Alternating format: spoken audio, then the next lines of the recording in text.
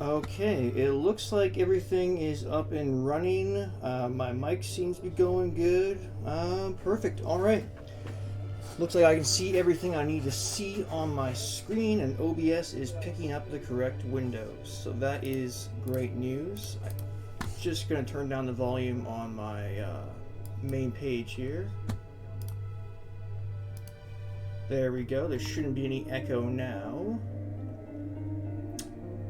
And I know it looks like I haven't done anything on Twitch, because I haven't yet, but this is not my first time streaming this type of stream. Over on YouTube, I've done this 4 times in the last 3 days, and I was able to make a map from beginning to end in all 4 times, using a randomized map from the spinner that you can see on the screen right now. So what I'm going to do is I'm just going to jump into it. I am going to go ahead and give this a spin, and I will have to work with whatever I end up getting. So check one final thing here. Okay, looking good. Yeah, normally I would wait till a person or two drops in, but I'm just gonna start going at it, essentially. See what happens.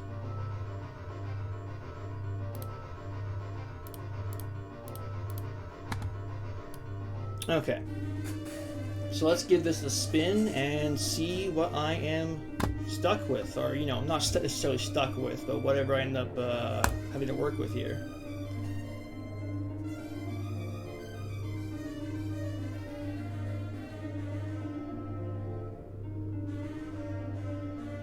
Okay, that's actually one that I am fairly familiar with. I did go ahead and make a single map with this quite a while ago. It's by a guy called Foxhead, who makes some really great textures.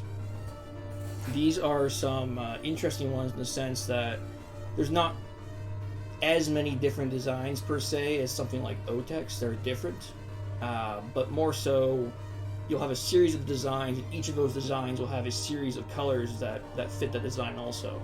So you'll have the same looking texture, but 5 or 6 different colors to work with per texture, if that makes sense.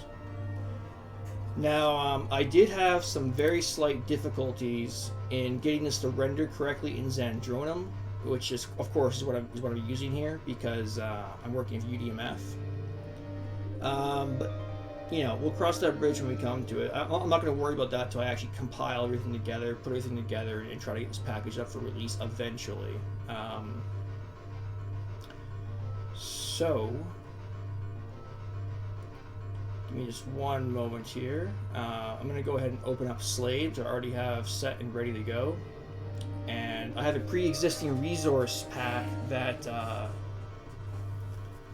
I've just been dropping into existing texture packs, which has saved me a lot of time in getting stuff set up. So you should see Slade 3 pop up on the screen in just a moment here.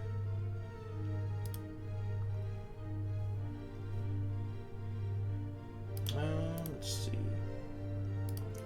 Okay, the wheel should be gone.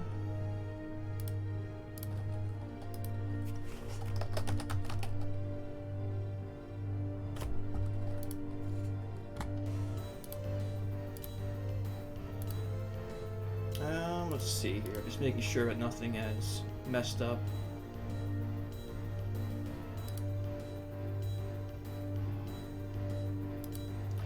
Just seems like my chat disappeared for a second there.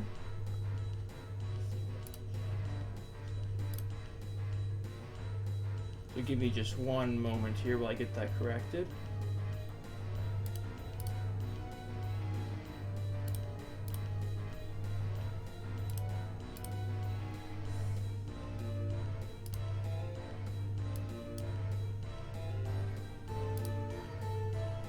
Okay, so yeah, this is my first time using Twitch, essentially. So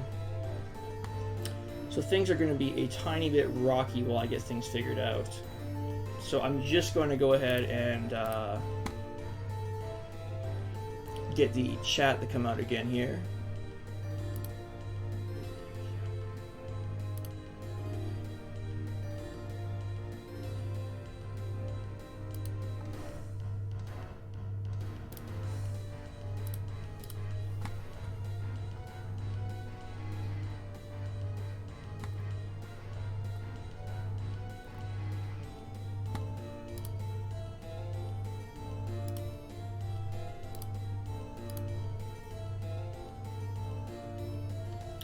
had it set up earlier.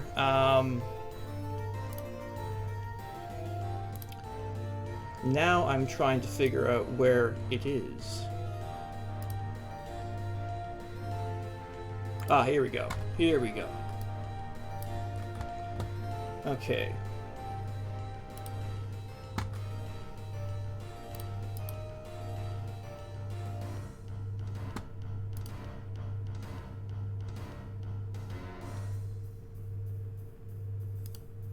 There we go. Okay, let me just get this set up here. Yeah, like I said, brand new to this, so things might be a tiny bit rocky while I get things going for the first time here.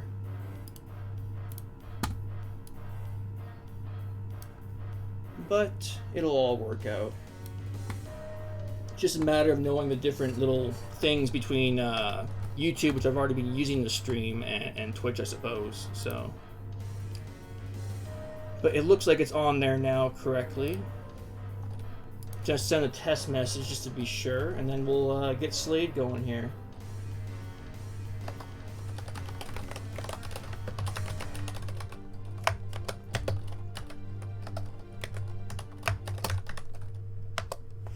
Okay, that should show up correctly, I'm hoping. Yep, there we go.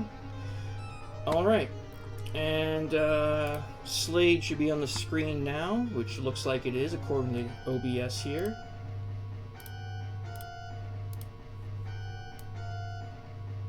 Alright, so bear with me for just a moment here while I go ahead and drop that existing resource wad I have into the new texture pack. Shouldn't take me very long at all here.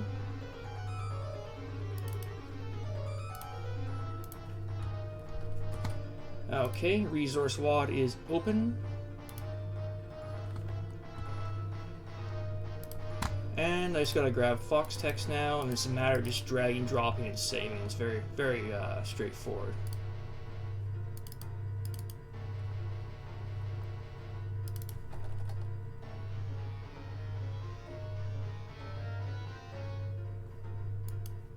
Okay.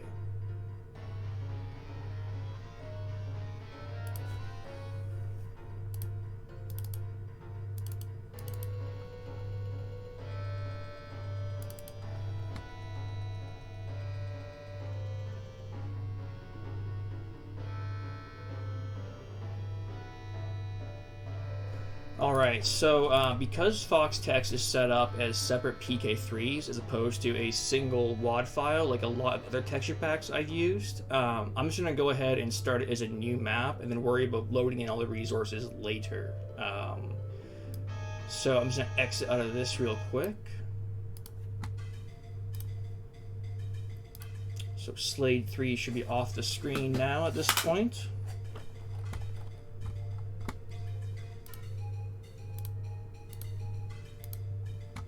Okay, so just gonna load Doom2, of course. That's mandatory in terms of getting something set up here. There we go. And I'm going to drop, I'm gonna see if I can load the whole directory for Fox Text. If not, I'll load the individual PK3s. Now, that's the problem with doing a randomizer type stream like this. A lot of the texture packs, well, not a lot of them, but some of them do employ a different setup than, say, OTEX, which is just your basic 1 WAD file, right? Jump on here real quick. Let's see. You shouldn't be able to see this screen, I hope, because that's my file system. Perfect. Okay. Let's see here. Okay, so yeah, it won't let me load the entire directory, which is fine. So I'm just gonna load the individual PK3s. And I have done this before, like I said, it's just a slightly time-consuming process compared to some of the other resources on here.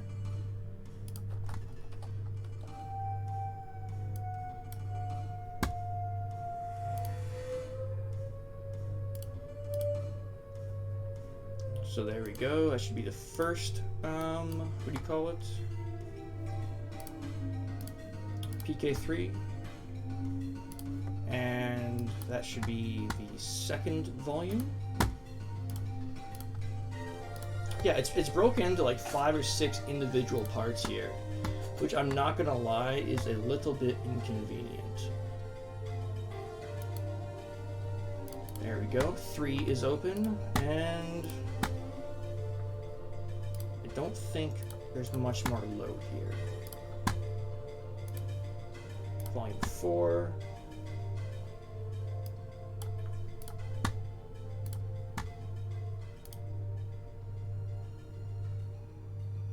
Yeah, we're nearly done. Good. Okay, so I loaded old bricks as well, which gives me a couple more brick options. Now, granted, you can't see this map options screen on the screen right now, and that's partly because I'm trying not to display my entire file system to the world, essentially. But you'll be able to see all the other individual windows of a UDB quite shortly once we jump into this here. So I loaded the miscellaneous file, and I believe there's just one final one to load. It's like a 7-part set here.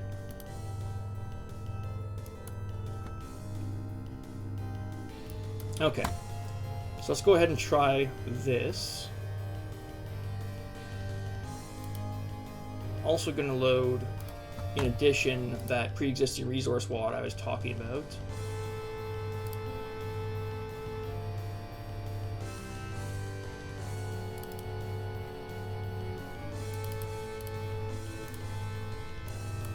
Okay, so we're probably going to get some kind of error that pops up here. That's expected. My railgun is, the railgun I'm adding into this is currently double defined, so that won't cause me any issues in the actual creation of the map, but you might get some kind of error here, of course.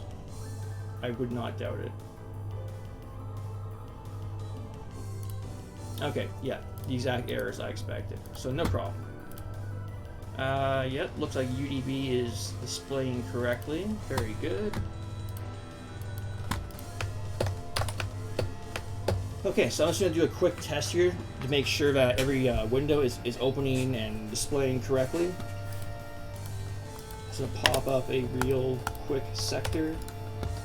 So the thing screen should be on the screen right now. Yep, there we go. Let's check the sector screen here. There we go. Okay. Now, I've had some slight issues with the edit line depth screen for whatever reason. I'm not sure what the problem is. Currently, it's displaying on my screen. Oh, look, it's showing up on there too. Great. Good stuff. Yeah, I've been having trouble with OBS grabbing certain sub-windows of the UDB. I know I mentioned that earlier, but it's just something that's been a little bit persistent with some of the setup I've been doing here. But we should be in good shape here. I'm just going to do a final check on if the Browse Textures window displays, which it seems to. Good. And the very final thing is just making sure that when I jump into visual mode, it works, and when I jump into Zandronum for testing, that it works.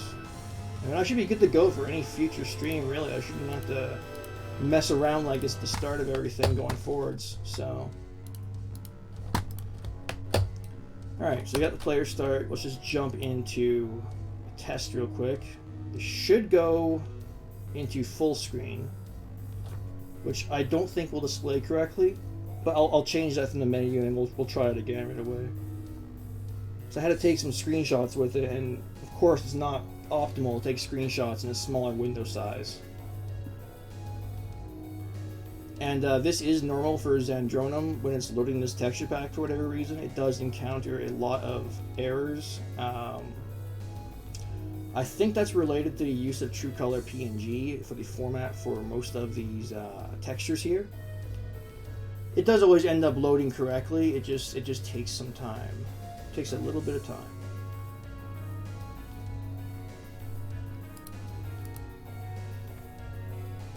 We're essentially loading a 700 megabyte texture pack, which is 10 times larger than OTEX for reference.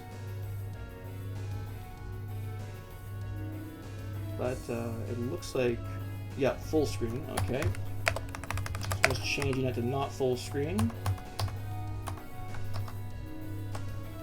Yeah, looks like it's capturing. Very good. Okay, so we are set. We are completely set at this point.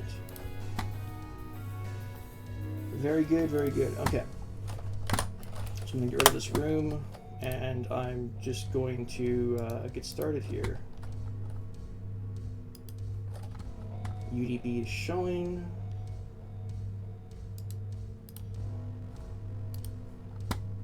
Okay.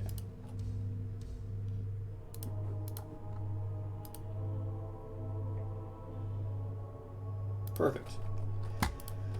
All right. So with Foxtex, we're working with. I'll show you what I mean by similar designed textures in terms of their look and their appearance, but yet they employ many different colors.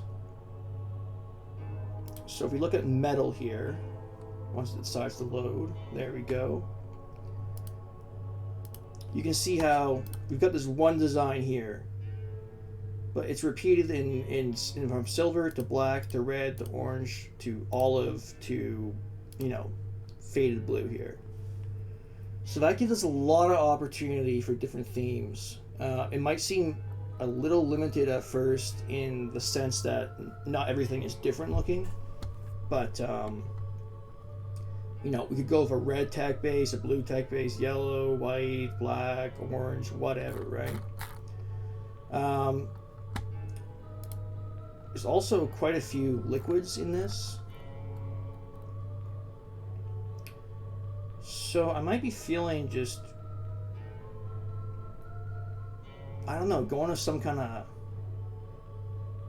black or gray base with some red accents. Because I'm liking this blood texture here. Okay. So I'm going to switch to GZ Doom real quick for my testing. And that's just because GZ Doom loads up this texture pack without much fuss. Unlike Zandrona, as we just saw, it takes forever. And I'm just getting my placeholders set up here. The goal with this is to use the selected texture pack to the best I can, but that doesn't prevent me from supplementing with the occasional Doom2 texture if need be.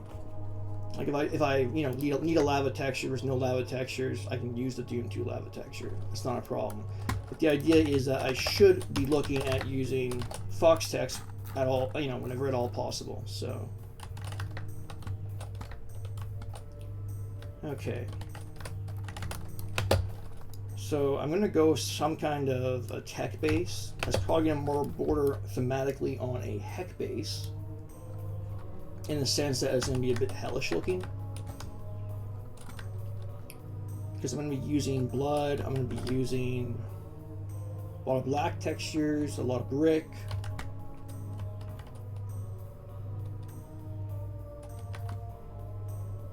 Okay, let me just see here.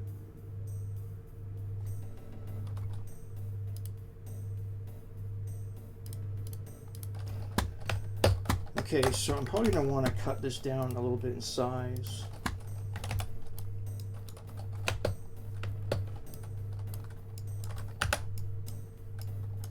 Okay, there we go. Drop back down to 64. I'm going to cut these corners. I don't always go super curvy with tech bases, but I find that you can. I find there's a little less rules thematically with tech base related stuff than there is, say, with Hell. Hell, you're dealing with a lot of natural lines, a lot of abstract lines, because Hell's an abstract place, obviously, right? It doesn't exist within reality, so it doesn't really follow the same rules geometrically as, say, something more concrete like a you know, like a technological base, tech base, of course. So I'm just gonna flip this around here. There we go.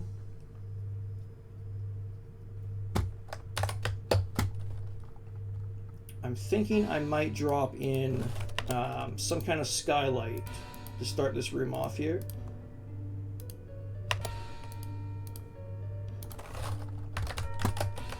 Okay.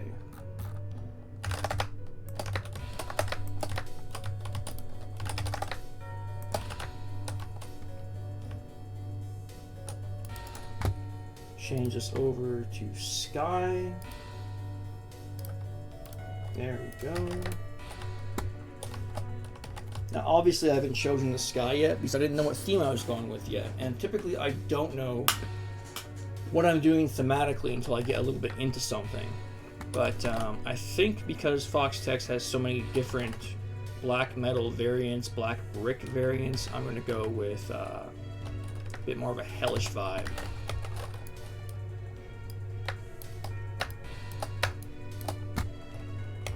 So right now, I'm just curving these up here. Oops. What do you want to do? Outer set right now. There we go. And I'll curve these the inverse, like that.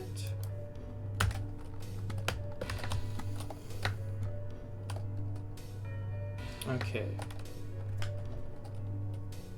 So we're gonna want to find a way to make these doors pop a little bit, because I'm gonna have to have multiple ways in and out of this location, obviously. Let's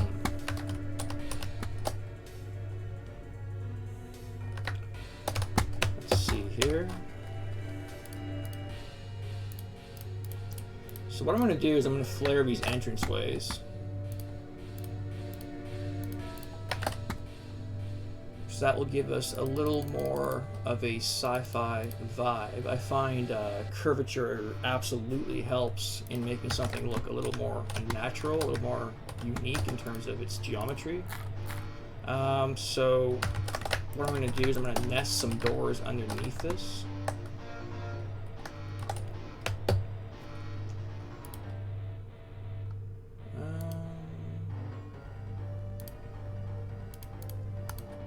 Start off with something simple like this, so I can get an idea of the position of things. Raise that a little bit, add a little lip there, fix the annoying fake contrast issue that happens every time you do a curve on a cardinal angle. Not sure the exact ins and outs of that, but it is certainly a little annoying. But in UDEMF, in UDB, you can just jump in and select it and notch that lighting up 2 notches or down 2 notches, depending on what angle you're dealing with. And that fixes it up. With something like Boom or MBF, I don't know why you'd be using MBF for multiplayer, but with those formats, you actually have to go in and geometrically change a line depth a little bit so it's not directly on that cardinal angle, and that fixes the fake contrast issue.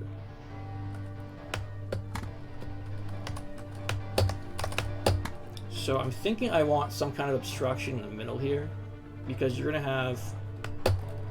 I'm planning on a lot of movement that come out from different areas here into this main room. So that can result in some interesting clashes if, say, there was a power up here of some kind.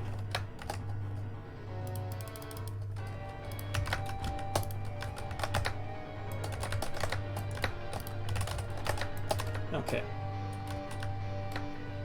So like I said, I don't generally know what I'm doing until I am doing it.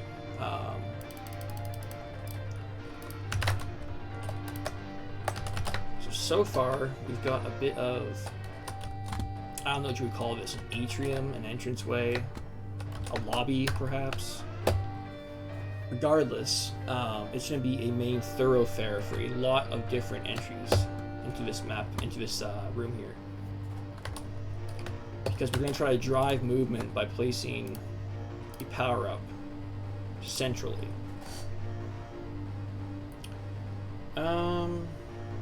Trying to decide if I want a green armor or if I want a supercharge. I'm going to go with a supercharge. Although that's called Soul Sphere in UDB here. And I'm going to make the central platform look a tiny bit more appealing. I always go with angle 88 when I'm making my circles, because obviously you can't get a perfect circle in Doom, but that's about as close as I think you can get, hypothetically. So That's what I tend to go with. And then I'm going to take the very center again, and we are going to curve that as well. It's all about trying to draw attention to this supercharge. It isn't too hard. People are going to see a supercharge and want it, obviously, right?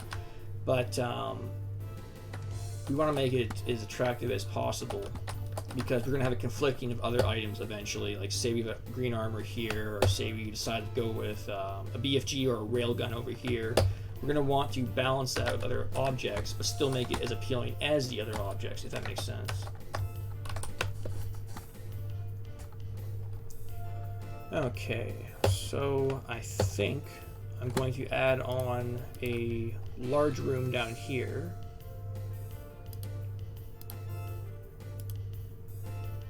Just like so.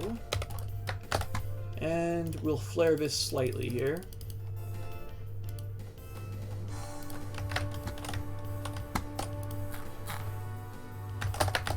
Okay. So we obviously don't want things appearing too symmetrical. Because in Deathmatch, symmetry breeds predictability.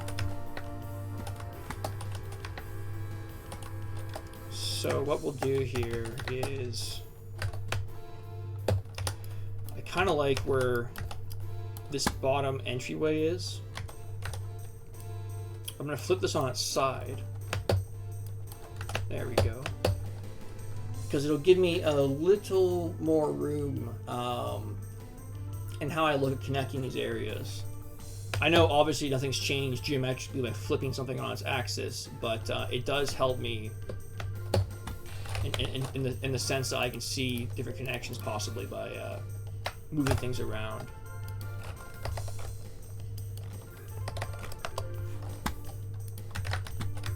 So I'm going to choke these entryways here a little bit, because they're going to go into a western room here. There we go. And obviously I'm going to flare that as well, so it'll look good. Okay.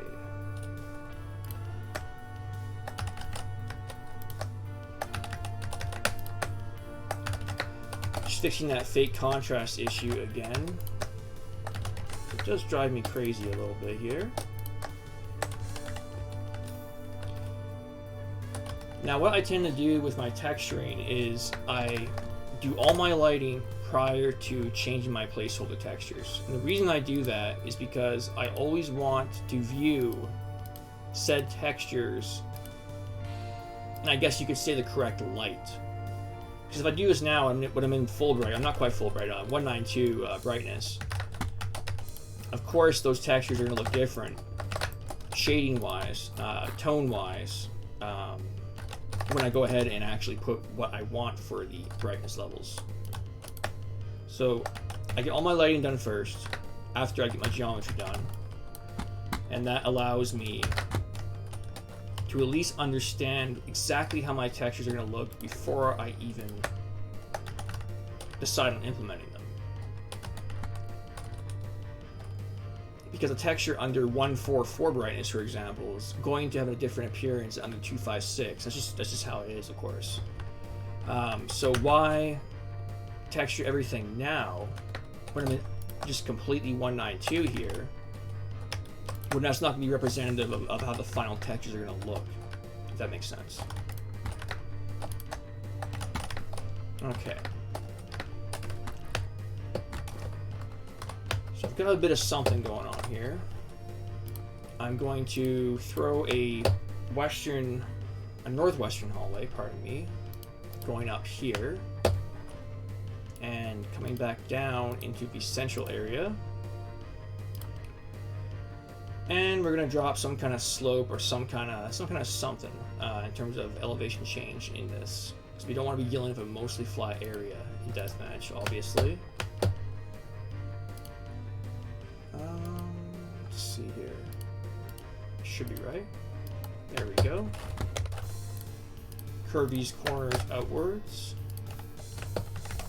And probably do the same for this here, because that'll look a little awkward otherwise. Let's go back a second here. Yeah, we're going to shrink the entranceway just a little bit. Same with this, because that'll allow us to flare the corners here, which is going to look quite nice, in my opinion.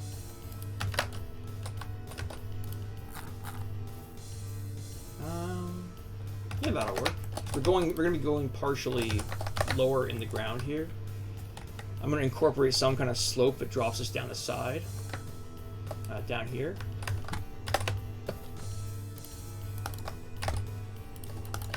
Like I said, I've got no idea what I'm doing as I'm doing it, but as I go along, I'm going to see what I want to see, and then you know, work from there once I get a theme going. Here we're going to ramp this and drop this,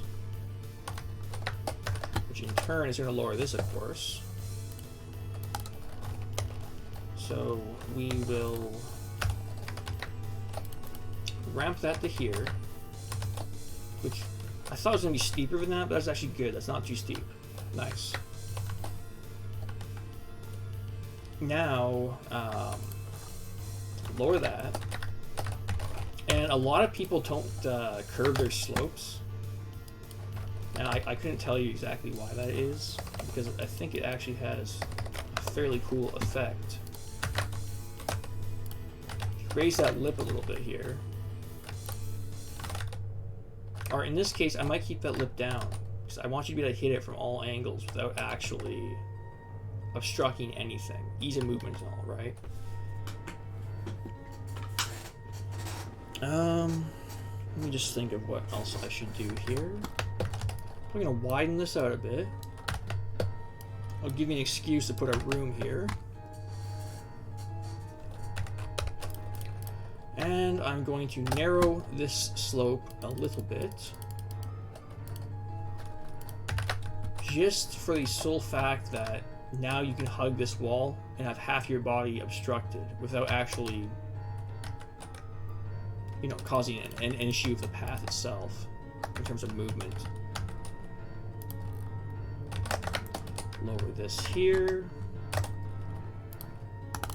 Lower that. And do the same for the other side so that things are thematically consistent. Flip that and curve these. There we go.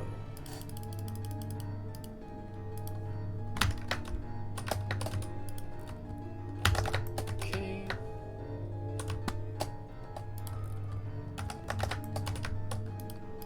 Probably can do that. Yep. Looks nice.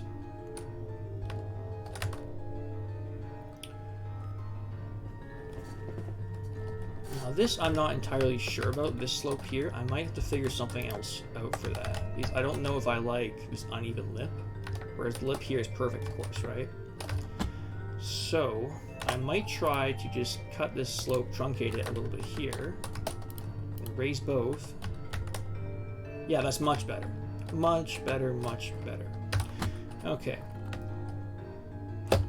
So we've got something coming along already here.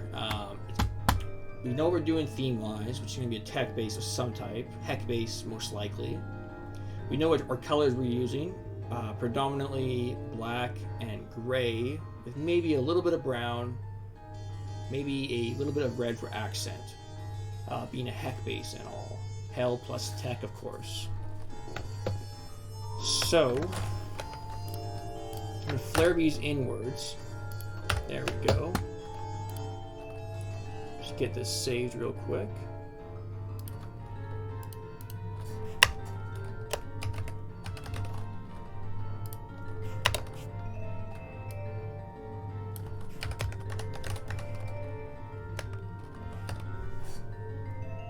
Okay.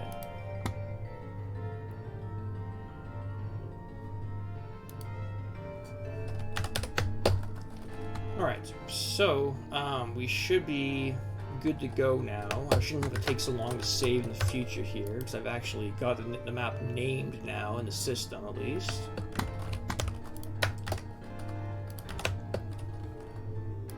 Okay. So...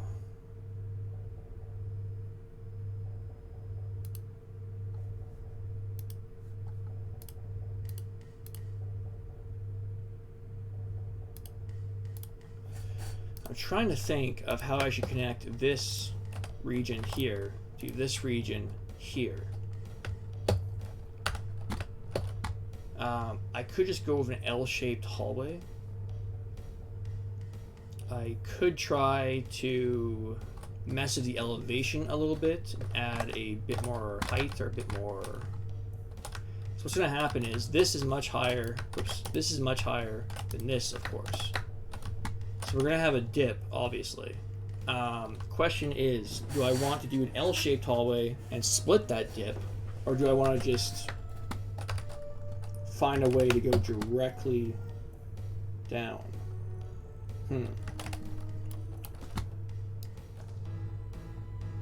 Perhaps if I move this forwards. You know, maybe I will go with the L-shaped hallway. It might be my best bet here.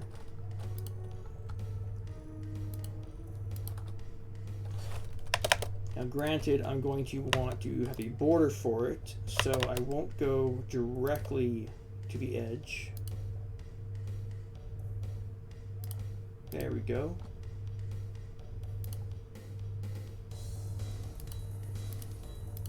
That will work. Curve that inwards, curve that outwards. Curve this, complement this, which that looks a little off there. Going to have to curve that as well. That looks a bit better because once you have this come down, it will make more sense.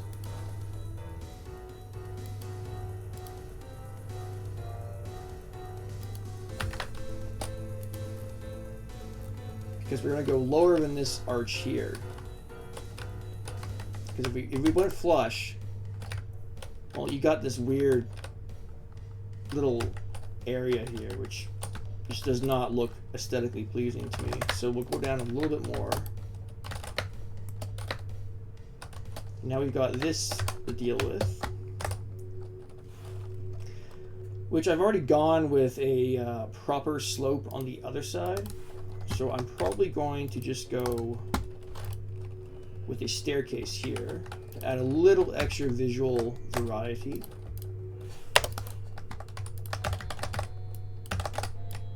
Okay. Now, I'm probably not going to keep them at 8 height. That just seems a little wonky for a staircase. But that is what I'll start with right now as I guide everything out here.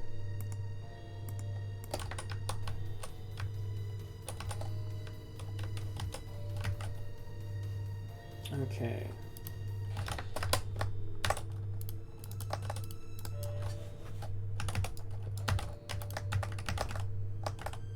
Alright, so we've got a staircase going here, kind of.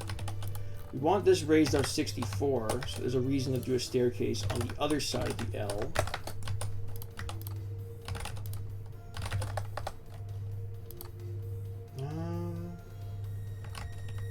No, that bottom single lip will work, so it'll match this, at least. Now this area could be an interesting point of contention as well, because if there was a power up here of some kind that was remotely equivalent to a supercharge over here, you'd be able to equalize the movement going to the supercharge to whatever you ended up, you know, dropping here, of course. So you wouldn't just have people moving for the supercharge. If you place the green armor down, obviously that's going to have an incentive too, right? So that's kind of the idea I'm going with here. Okay.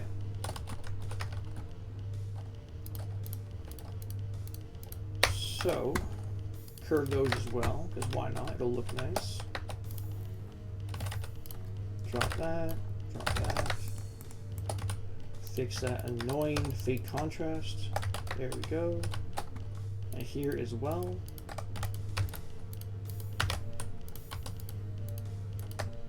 There we go. All right, we are only 40 minutes in, but we're definitely onto something here. Now, what could be interesting to do is have something of some sort come out here, but ride this wall a bit so that this opens as a window, which then could be cool to put a power up somewhere centrally in the slope, because you'd have all kinds of interesting sightlines going on. So that's something I did not notice, of course, when I was first starting this here, but I think it will work. So we'll go ahead and try that.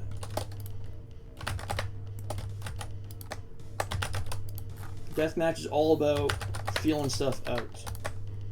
You go into your deathmatch map with strict plan. Well, it's just not going to work out as well as it could if you went in and intuitively made your map. That's just how I see it. Having made 350 so deathmatch maps and published probably about 290 of them at this point, you start to see what would work and what wouldn't work, you know? So I'm also seeing here, I'm probably going to want to connect this to this. So I'm going to go ahead and do that. Now, of course, this is a different distance across than this is. So that will help symmetry, but I also want to make it somewhat in line with this curve here. So we'll see what happens. We'll see what happens.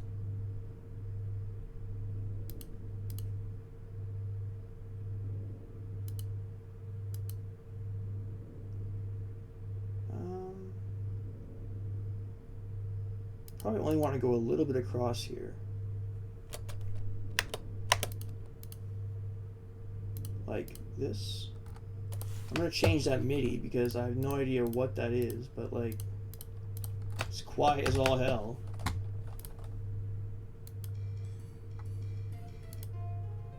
That'll work.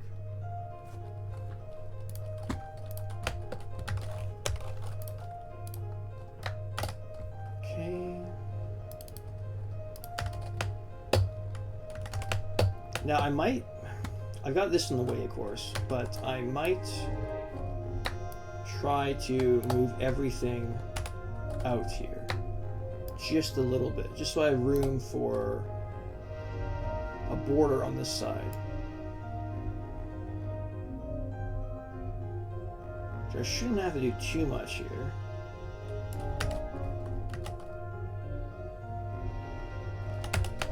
Take this and drop it in one.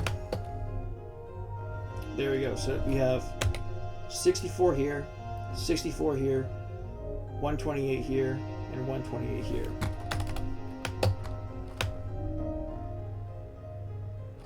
Though I should probably move this out again too. There we go. That will work better because now that's actually in line with the center of that curved path.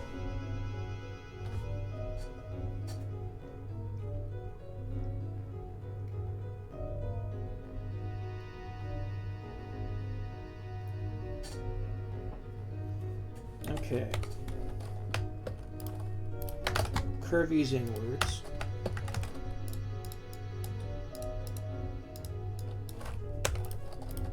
And try to match the curvature of the other area. It's not essential. But seeing we're feeding into the same region, it does make sense to try to match things thematically. And from here,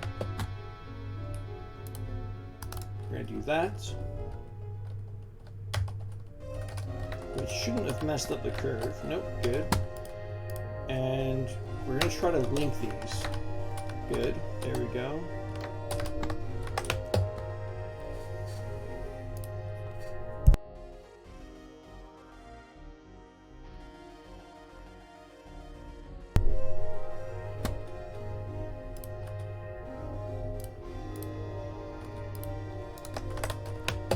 Okay.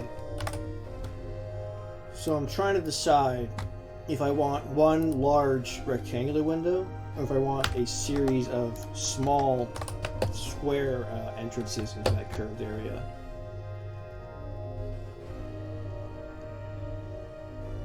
I'm kind of leaning towards square. Because I think if I do a full rectangle window here, it's going to end up making whatever power up I end up placing on a pedestal in the middle of this slope a little too vulnerable. Which, you know, you want your power ups vulnerable to an extent, obviously. Because you want to not punish the player necessarily, but at least make them aware of some possible danger. You know what I mean? If that makes sense. So we've done these weird little windows here. I don't know if that's too sharp for my liking. It might be too sharp for my liking. Let's see here. I'm gonna curve that and then flip it.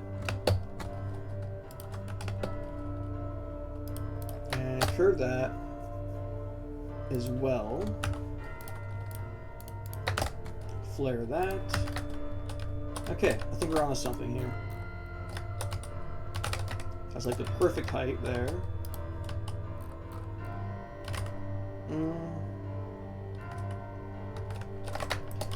Yep, that'll work. Fix the fake contrast issue, which I will admit drives me insane a little bit.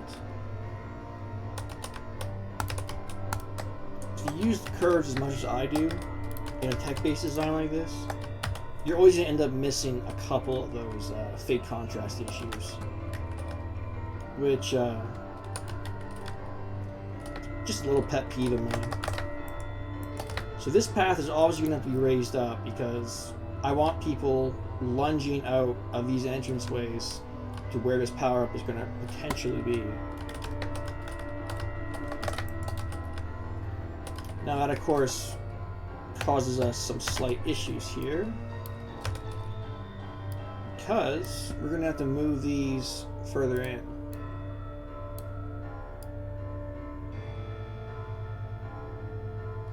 That might work.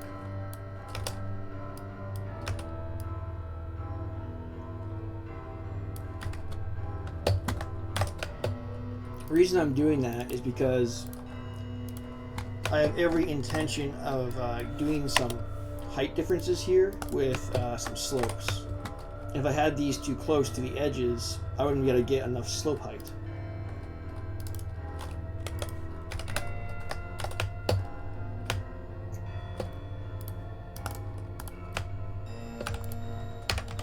So now, obviously this is very narrow and very shallow in terms of its height. I'll get that fixed right now. After I fix this fake contrast, there we go. Okay.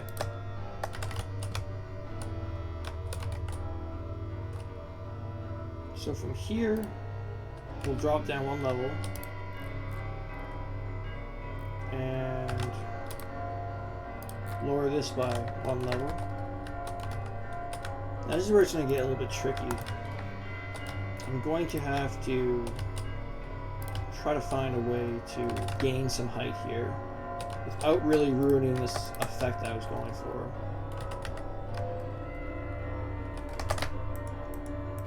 Okay. So obviously you can't jump from here to here, obviously. So I'm going to take this, raise it to here.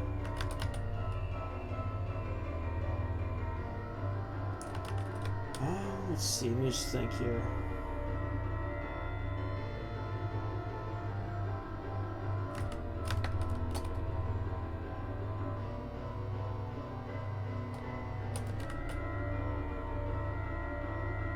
So it's one thing to have this come up to this, which is fine. But then I have to accommodate for this height loss on his side. Oh, I could do a staircase. I don't know why I was thinking too hard about that. I could do a staircase here, no problem. I got enough room. 1, 2, 3. We're gonna go with a 3-height staircase.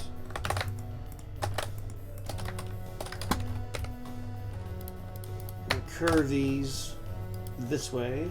Well, not quite that much. Oops. Yeah, curve these in.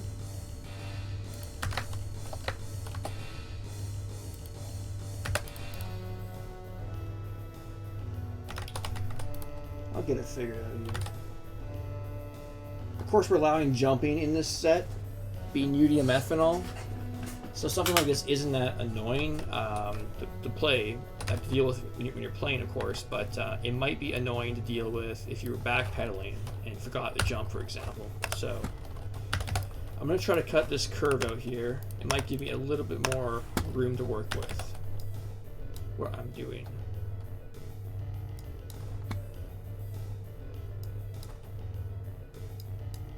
Okay.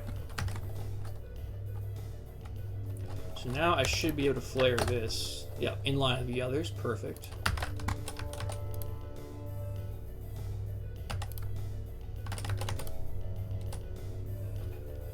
One, two, three.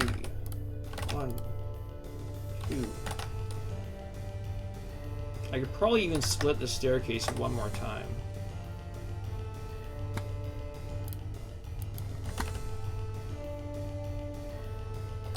I'm going to want to do so when it's not curved, though. There we go. A bit annoying to have to go through that part again, but it is what it is.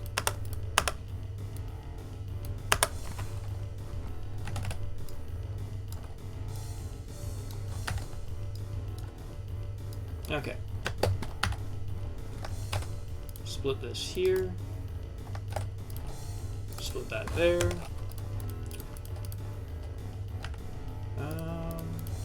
Curve these. There we go. I'll take this and do that. Okay. So we got 2, 2, 2. I guess we could go with 1 at the bottom as a lip. Seems to work.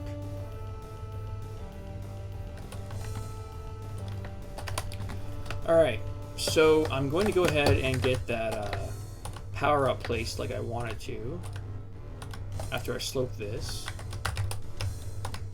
Now, I may have to deal with the same exact issue on this side, but actually it might not be that bad. We do have enough room for another stair here, so that's good. There we go. And that should be enough for this side, really. The other side, we need to deal with a bit more height. But that actually works here. Oops. There we go.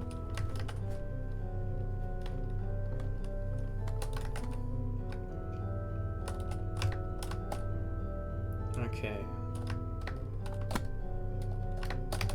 Flare this out because that will be... Oh no, I'll keep it like this. So I could potentially even put a spawn here if I really wanted to. Oops. There we go.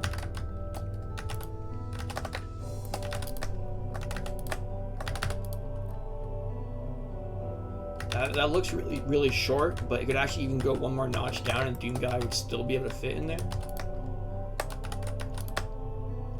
Now, I probably won't end up making this a spawn area because, well, a rocket in there is just going to kill you immediately, right?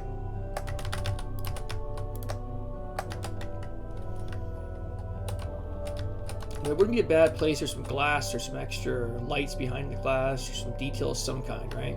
So that's what I'm probably going to end up doing there. And I'm going to flare this so I have more room. Nice. Looks good.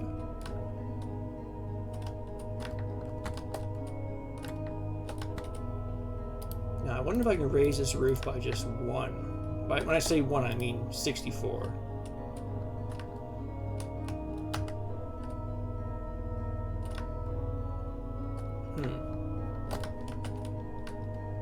Not quite what I'm wanting, actually. Put a lip here. Put a lip here. Maybe I could go ahead and curve these. Fit the staircase that's curved also, right? So that looks good. That looks good. This does not, because of that fake contrast I keep mentioning. At least I believe that's what the actual issue is called, is fake contrast. I'm not entirely certain that's the correct terminology, but that's how I've always called it.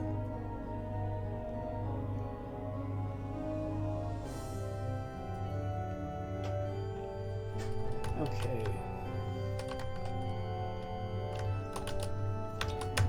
Here might be a nice place for a computer monitor of some kind.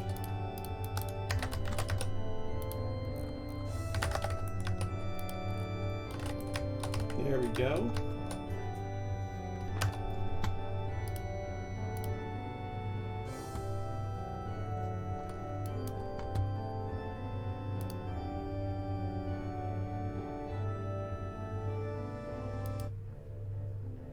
Okay.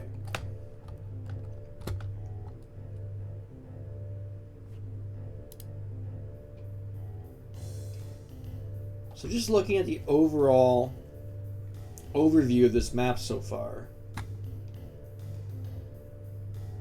I think we've got something going pretty good here. Now this eastern side, I'm kind of thinking I'm gonna feed a teleport from here,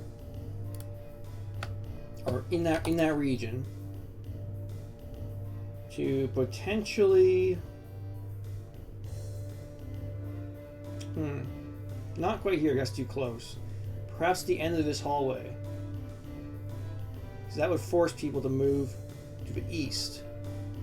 Because if they take a no-stop teleport, the momentum would continue in this direction. So I might go with that. Gotta recenter this. There we go. Yeah, it looks right. Okay.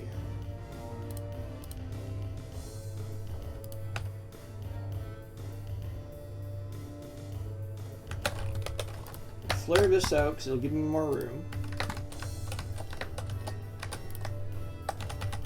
I know I say that a lot, but that is a lot of how I do my tech bases. Is I try to use existing lines and existing information rather than just keep drawing new regions. If you keep drawing new regions consistently over and over and over and over, you're going to eventually have a map that's just a pain in the ass to navigate. That's just the truth of it. So I think I'll be much better off putting a teleporter from here to here than I would be trying to, say, add another hallway here to here, or, you know, whatever else. So let me get that power-up platform placed here.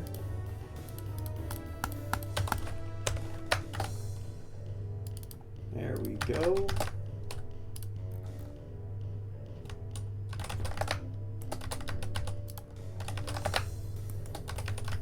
Okay.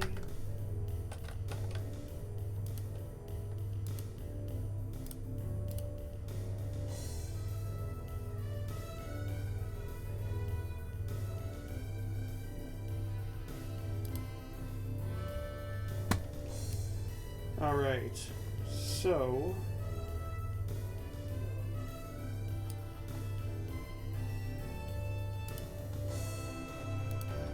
just trying to decide what I should do here.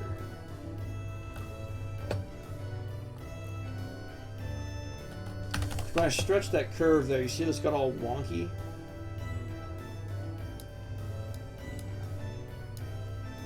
That might work. Nope, not quite.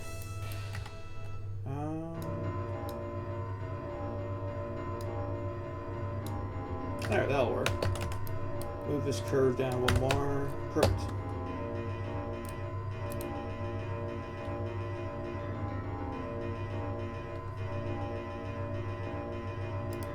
Okay, so I've already got my supercharge going here, which is nice and all. It's a nice central location. It's very open here. I'm going to be adding cover at some point, so no worries. But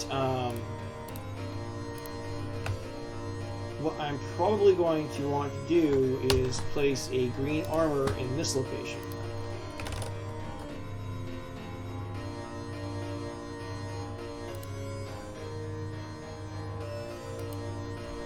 Because what that'll do is it'll help even out desire for that supercharge. People are going to be running through this main central area all the time. But by trying to incentivize this area, you'll end up, you know, evening things out. And what I mean by that is you'll have people equally or close to equally driving traffic for this region versus this region. Because if there's nothing here at all, well, it's probably safer to go through here because this is very narrow in comparison, and it's also accessible by 2 drop-downs and from 2 different sides of the hallway. Whereas if you go through here, you have the height advantage. You're not necessarily as worried about people coming through and hitting you in that fashion. So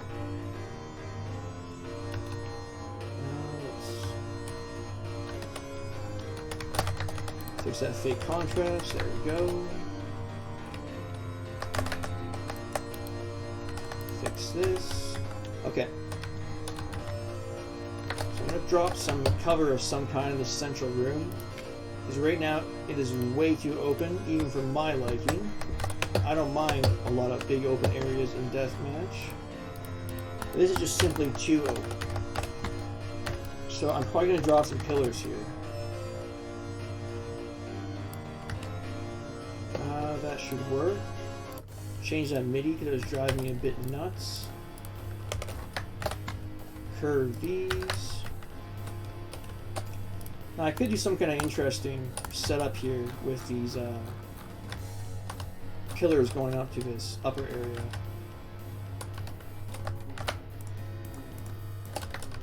Might be interesting to connect things via not a catwalk, but some kind of beams going back and forth between them, perhaps.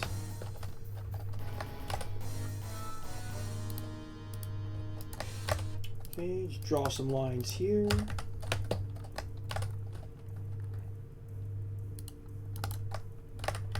And draw some lines right here. Flip that. Okay, they're both facing inwards, both sets, very good. And now I'm going to curve these, but probably this way. Yeah, that's going to look nice. That's going to look very sci-fi. Now, the reason I didn't bring these pillars directly to the roof is because if I do it in this fashion, I can use a second, you know, what do you call it? A different texture for the top as I'm using for the bottom, which will add a little bit more visual flair. In fact, I might even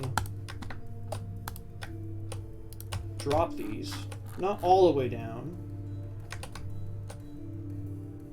Yeah, probably even from the bottom to the top. 128, 128.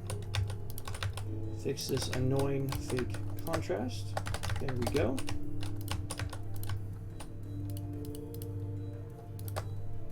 Perfect.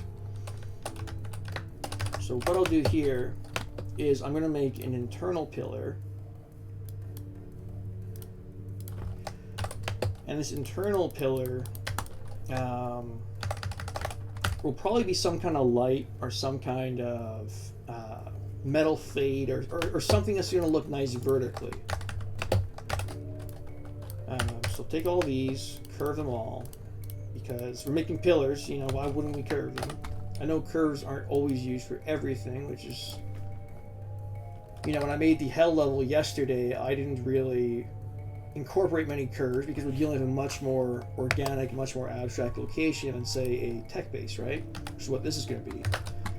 So, you know, excessive curves, or a lot of curves, not quite excessive, but a lot of curves, is going to really help your map out when you're dealing with something sci-fi oriented. If it's hell, you're much better off with your natural lines and lines that aren't on grid, being that hell is a human-made area. Okay. So I'm trying to decide. Yeah, that's a good idea. Never mind. I will do that. Yeah. So what I'm going to do is I'm going to draw a line from here to here. Of course, I'm going to have to move this supercharge back onto the grid because I did have to move it off grid to align with the center better. That shouldn't be too much of an issue. Yeah, not going to be a problem at all. There we go. So now I'm directly in the middle of this room on all sides. So what I'll do is I'll draw from the second vertice in to here and across. And I'm going to use that pre-existing geometry I have here, this pedestal. Oh, that's going to look great, actually, yeah. This is just as a happy accident, really. Whoa. I'll show you what I mean. Okay. So all that pre-existing geometry, the actual pedestal on the ground where the supercharge is sitting, if I go ahead and drop that now, and take this, drop this, well, that pre-existing geometry I had ends up getting a bit of a new life as a roof fixture, which I know isn't some extremely novel technique or anything, but I think it looks pretty cool, not gonna lie. Okay, so what I'll probably do is add some more smaller lights in an array on each side here. And I might even go a little bit crazy and attempt to curve these ever so slightly. Not quite that much, of course. That should work. Yep, looks good. Fix the contrast again. I know I say that a lot, but it's something you gotta deal with a lot, obviously. Especially when you're working with a lot of curves. Okay. How far into stream am I here? Let me see. Just over an hour. Okay, I'm making good time, actually. Making very good time.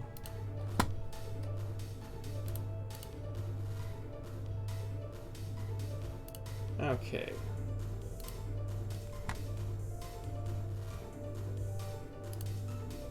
So I'm looking at this whole thing again because I found when I zoom out and I get my bearings a little bit, I'll notice things that need to be corrected or things that can be supplemented with more detail.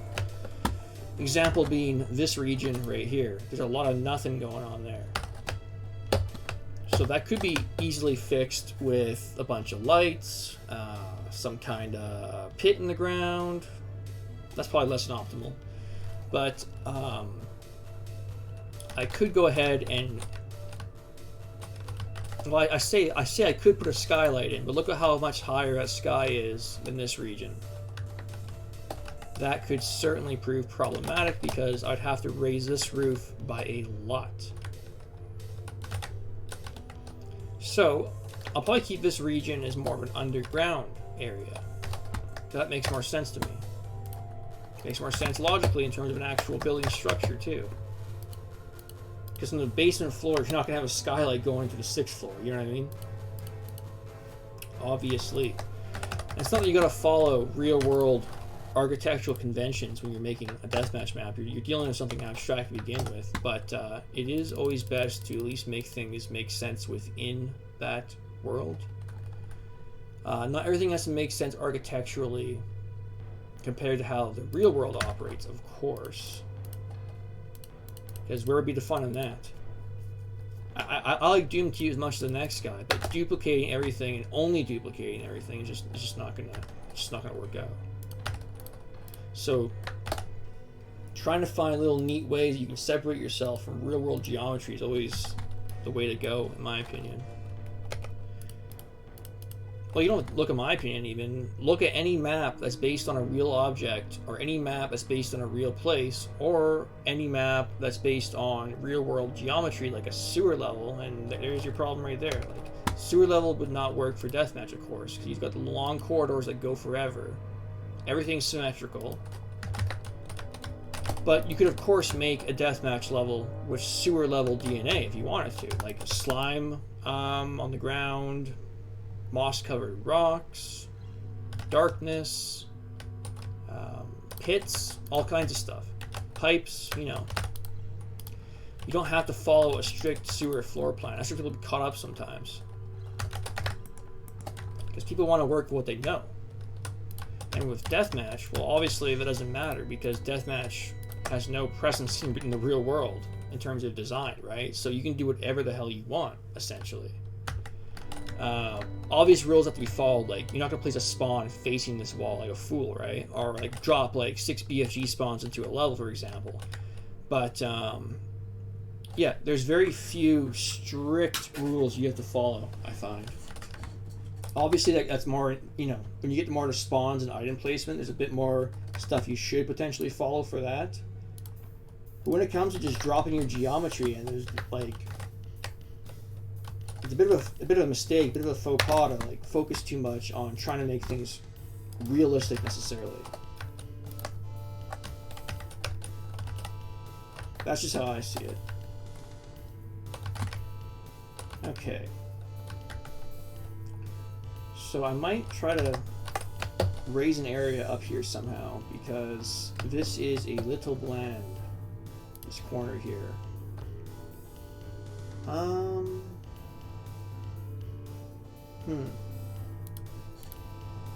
See, I don't want to go too far out and obstruct any of this.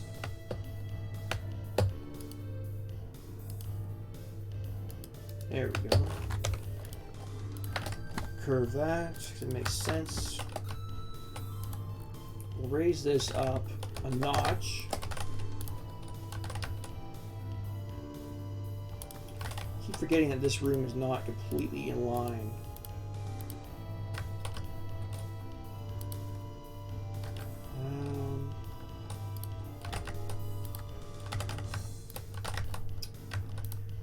That might be a bit better.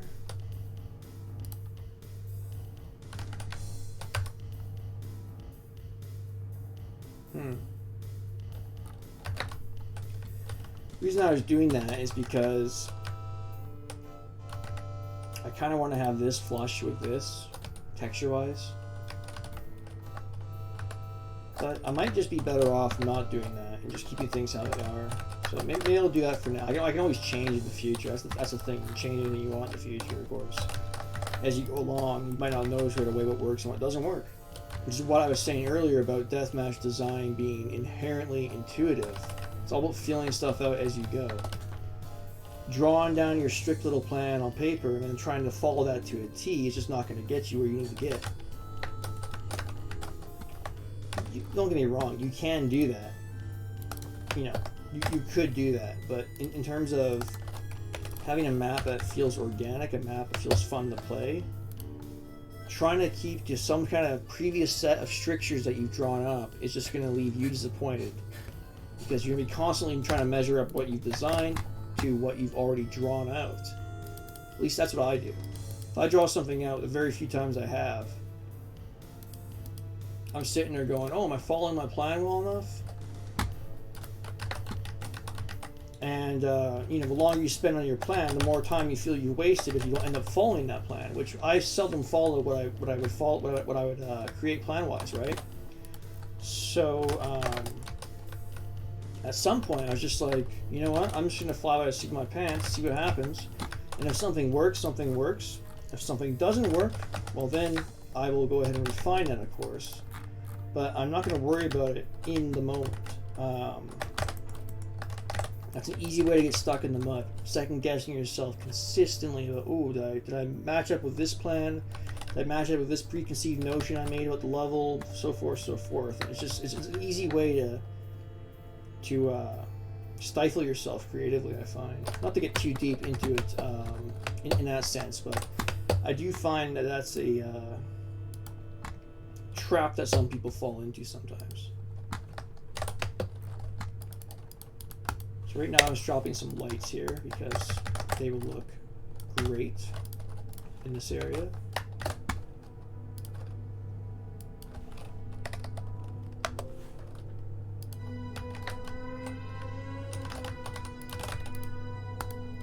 Okay. And I'll use the inverse geometry to make a type of pit here slightly. That'll work. You know, I can drop some liquid in here, give it a little bit of extra slap of color in this region, because like I said, we're going mostly black and gray most likely. With some drops of red here and there.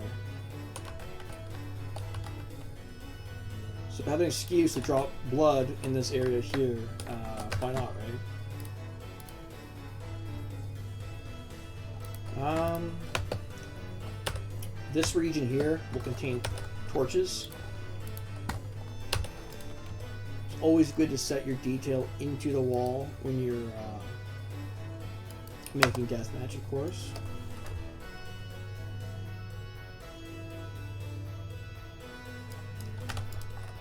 Okay.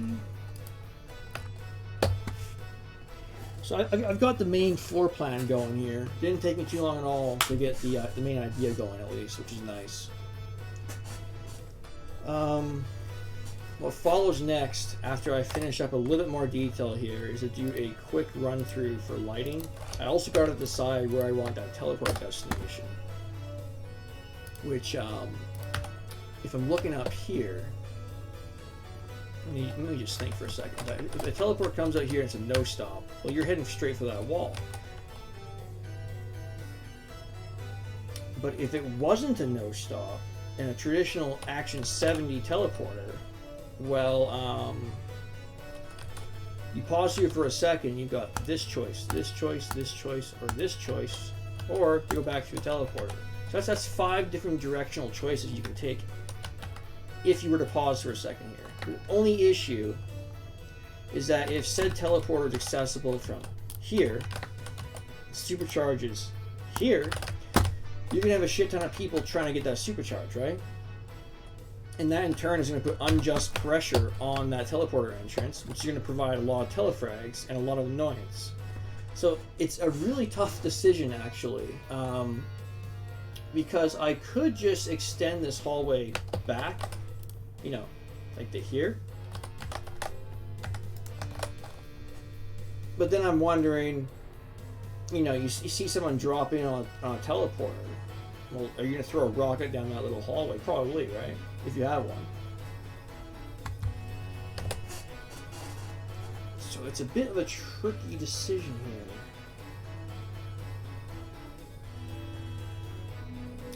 You know what? I think I will go with the little hallway here. Because the chance of someone seeing you with a rocket launcher or even using a rocket launcher typically is probably less than the chance, than the annoyance you'd have of coming out and hitting that wall just from here, right? So if I make a little extra hallway for the teleporter destination, I might be able to get away with that.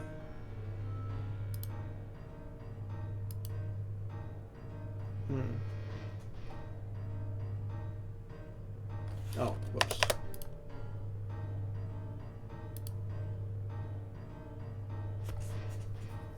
Why am I not symmetrical here?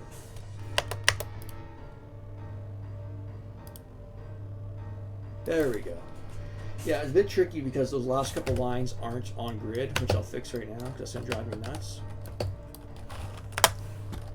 So that is good. And then I'll curve this because why the hell not?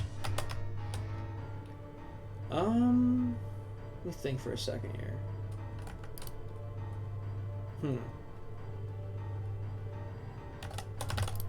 suppose I could do this. There'll still be enough headroom.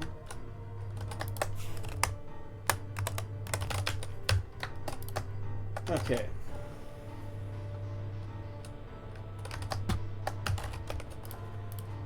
Flex those inwards because we're trying to not exaggerate but draw attention to the geometry for the teleport here. So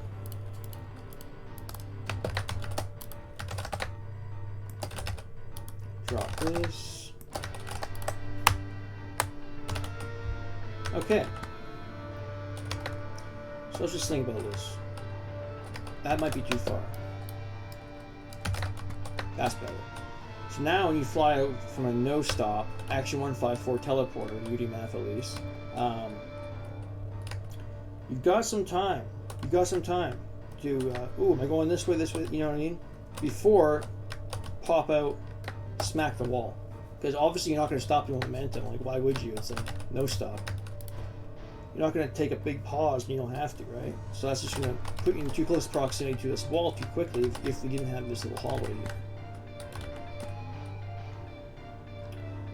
So, let me actually get rid of these torches. I don't like them.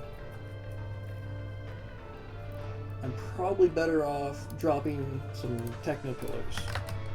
Yeah, much better idea.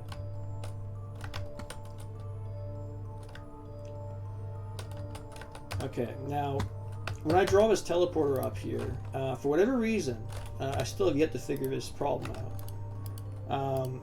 When I bring up the edit line depth screen sometimes, OBS just does not want to grab it. Which, you know, isn't the worst thing in the world. It takes like 2 seconds to make a teleporter, of course. It's just a little curious to me, because if I go here and I press browse textures, well, there's the texture box, right? For some reason, it's not grabbing the edit line depth box, which, whatever. It is what it is. Thankfully, I don't put too many actions in my map, so there's not too much of a reason why I would be stuck looking at that for too long. But I'm just throwing this down real quick here.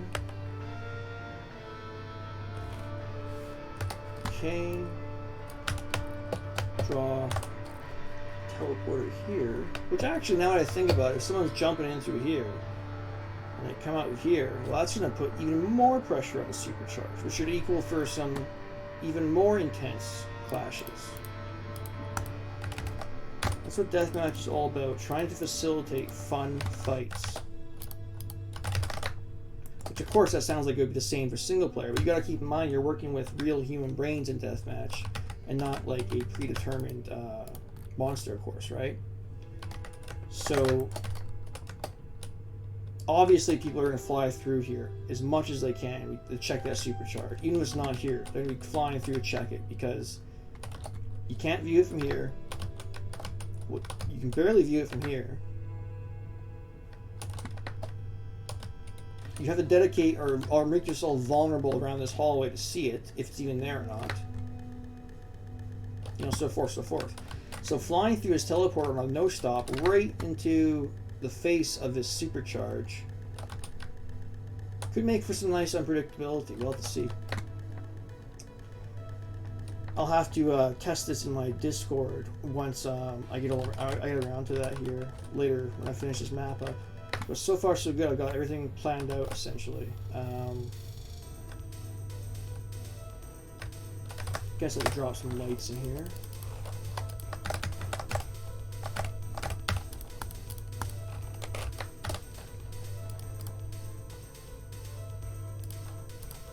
There we go. That will look nice. And we're not quite into head bump territory yet either, so drop this by 4. Like I said, will give me an excuse to drop a liquid in here. Okay, so this teleporter is set up to go here. Just test that. There we go.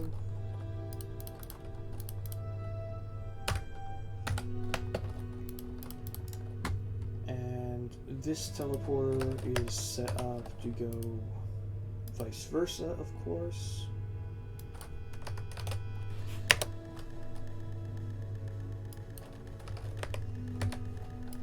Go with 502 on that. Name this 502. Oops. There we go. There we go. And now I just gotta worry about dropping my destinations. Very easy, of course. I can spell it right.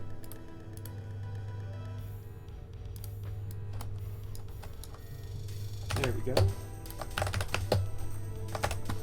Turn this around. And before I get too far into this, I'm going to drop some green particle fountains.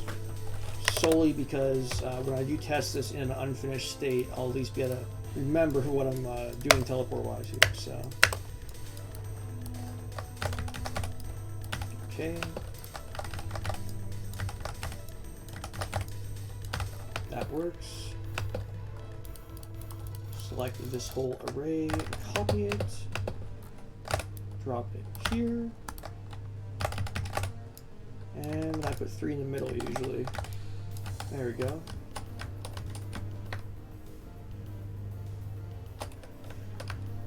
Now, what do we even have for teleport textures?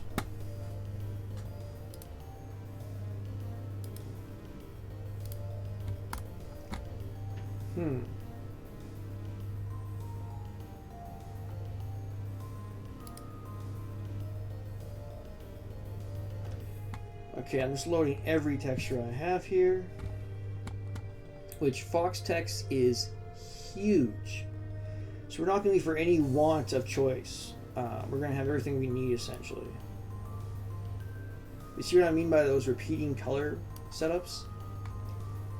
So if you're making an orange base, you're set. You got orange all throughout the pack. All throughout the pack. If you're making black, which is what we're going with, you got the equivalents for every single design in every color imaginable. Not imaginable, but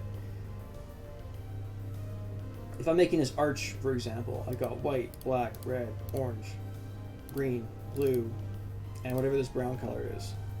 And that is consistent throughout the pack. Like once again, white, black, red, green, orange, blue. You know what I mean?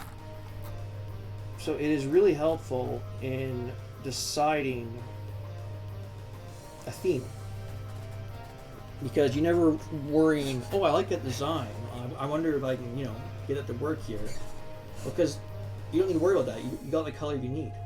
So that's what I kind of like about Fox text. I'll have to do my testing in Zandronum, GZ Doom, because Zandronum, for whatever reason, I left a message on the Fox text Doomworld page, but for whatever reason, Zandronum does not render every single texture correctly, and instead places black voids for some of them. So that's a bit of annoyance, but it's not the end of the world. I will eventually figure out how to fix that, and if it comes to it, I might just replace those involved textures at the end of things if I need to. So right now I'm just looking for an applicable teleporter texture, which I'm kind of liking this. Probably get this to work. If I split that in the middle. Let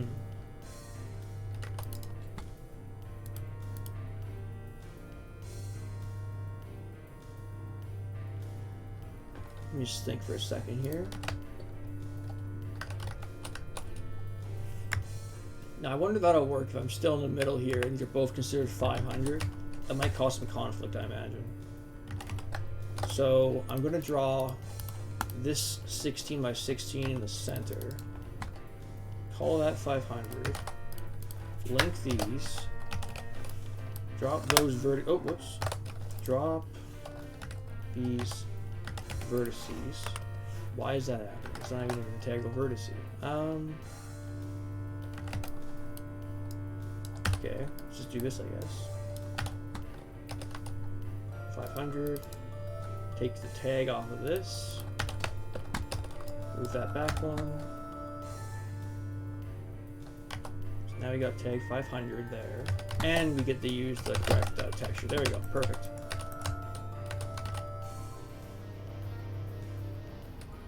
So here...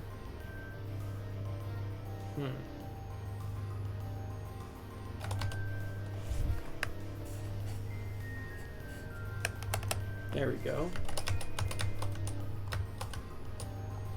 And match that bottom one to the bottom one. That should work. Crank that up. It's actually not a bad teleport texture. I know it looks a little plain, just the pale white with the red right now, but keep in mind there's going to be a ton of particle fountains on top of that. So that'll add us some much needed color.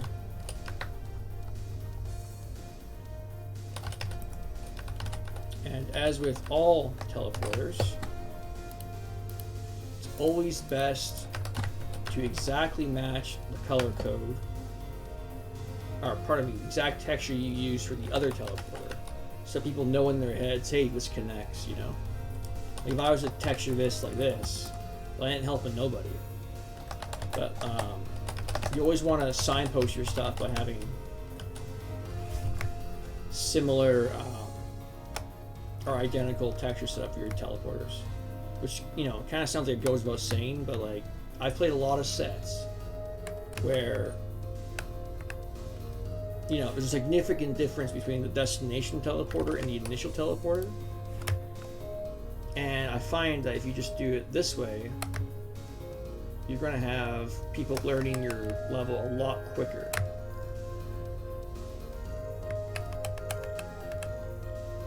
There we go. Crank the brightness up. Take off 502 on those. There we go. Perfect. Now these should all still trigger. Yeah, good. Okay. So now it's just a matter of moving this over again.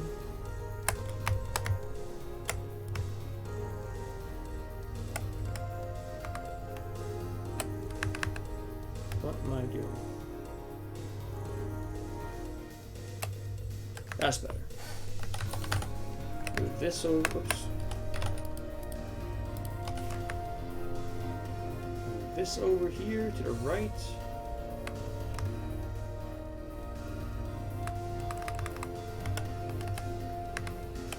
There we go. We do the same on the left, of course.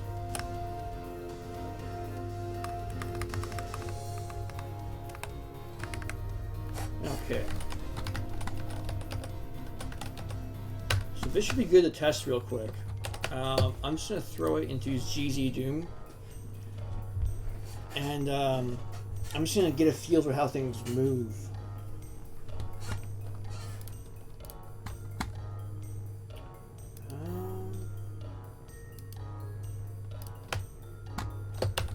Okay. So bear with me for a moment here, because I need to make sure that OBS is capturing the GZ Doom screen, which I'm not sure it will. Might take me a second to get set up here. Yeah, okay. So that's going to be a slight problem. Well, first of all, I don't even have a player start. A bit foolish of me. There we go.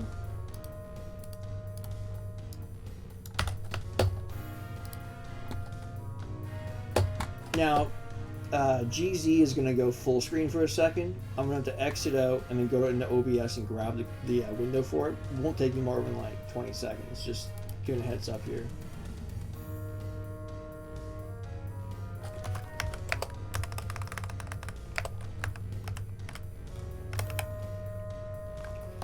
Okay, so we're no longer full screen. And yeah, it's not capturing in OBS, so I'll just make a rule for that right now.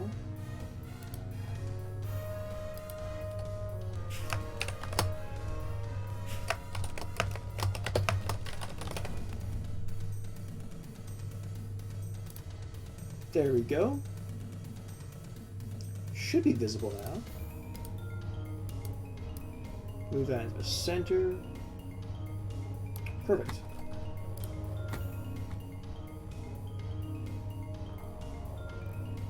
So I'll have to remember to...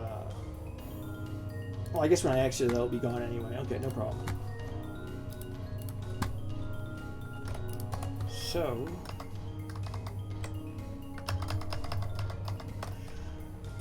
let's give this a quick run around and see if the feel is right so far.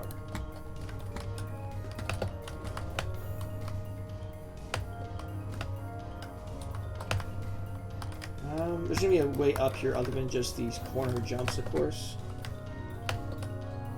Yep, that works. And that works. But you see how you have that decision time now. Sure, it's still a no-stop. But 1, 2, 3. You still have 3 seconds coming out of that hallway before you get to make your choice, essentially. Ah, this is too low. I'll have to fix that too. No problem. Anywhere else where I have an issue like that right now? I don't think so. So that's pretty good.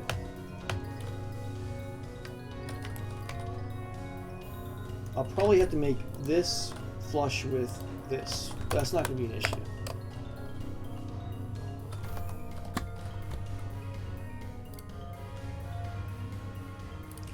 Okay, so we should be back to the main screen here.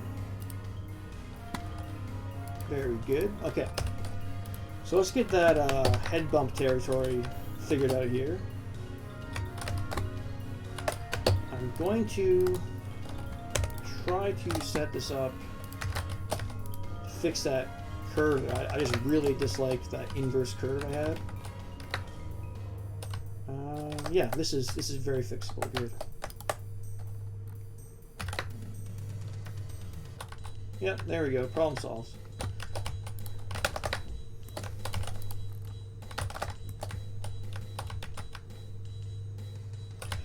Probably cut a staircase here, or maybe not a staircase, maybe cut a slope. Yeah, that'll look nice. Get rid of these vertices, drop this, slope that. Okay, and see if we can curve this and get away with it. We'll see. Yeah, that looks wonderful. Okay, good. Now if I want to go a little bit crazy, I could put another power up right here, but I'm not entirely certain I want to go that route. That's going to drive people to just be traveling the teleporters instead of taking the hallways, and it'll probably draw attention away from this, which will be a bit of a pointless endeavor of me even making the hallway if nobody's going down it. Fix this contrast.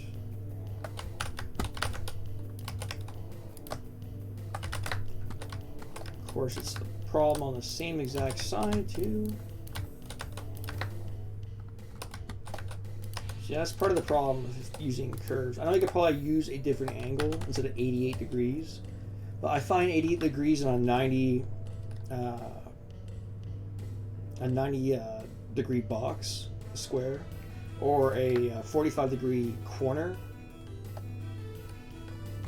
I just find it looks nice, but then I get stuck with perfect cardinal angles in one region per side, which I then have to go in and fix, of course, which is a little bit of a pain.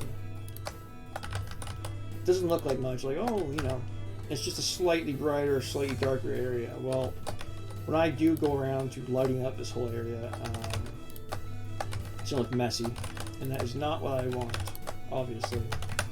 Not optimal. Okay, that looks better.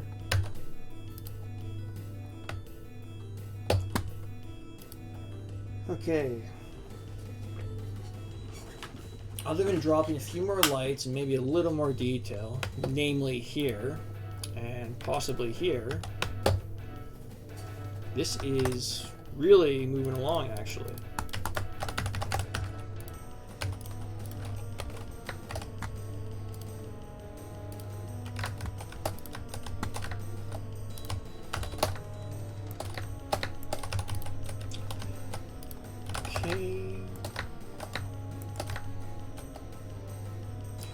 Yeah, I did that because I kind of feel like I can draw attention to some kind of med kit or something there. Maybe not a med kit, maybe a backpack, something that can be twinned in those two hallways.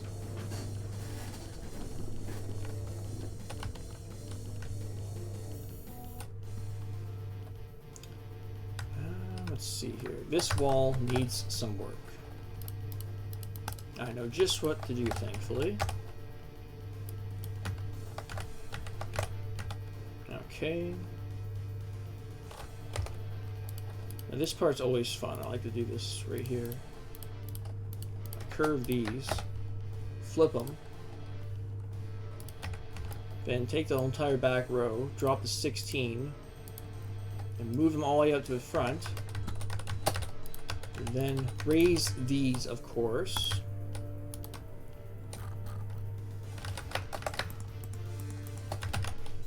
And now you have a very cool light wall of some kind.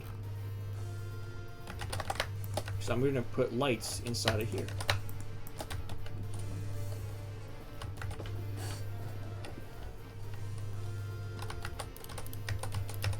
Correct the contrast issues, which thankfully I don't have to run around an object this time, doing each side. It's all in the same spot.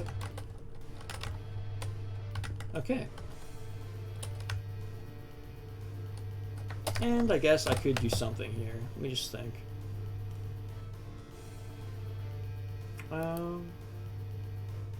Yeah, that'll work. Whoops. UDB did not like that shape. There we go.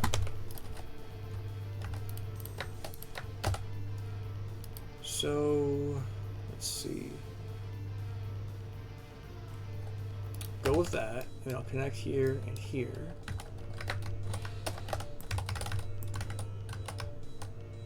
There we go. That actually looks pretty good. Raise this. And I'm going to potentially drop this down to here so that this connection here isn't so obvious.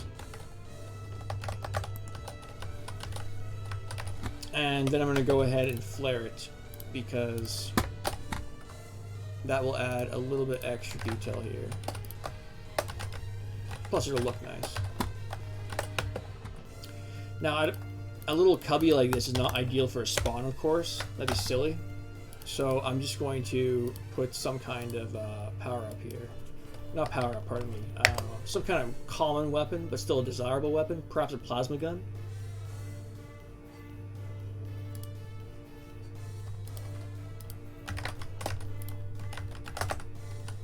Where did I see that? I thought I saw it. There we go. Use the same geometry to drop a light. Yeah, that's looking good actually. Drop a couple lights here, and then I should be good to move on to the lighting for the most part. So we've got a layout that actually works now,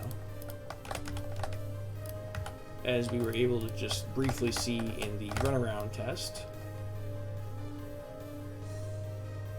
You're probably right there. Okay. Perfect.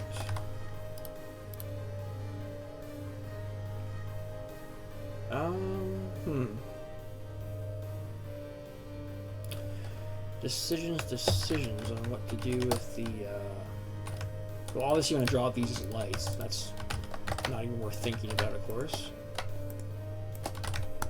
And I'll probably lower these as lava receptacles just because, like I said, if you're dealing with black and gray predominantly, you want color whenever you can. And the slightest bit of color, like a blood pit or a lava pit or what have you, is going to give just a little bit of that extra detail we need. So,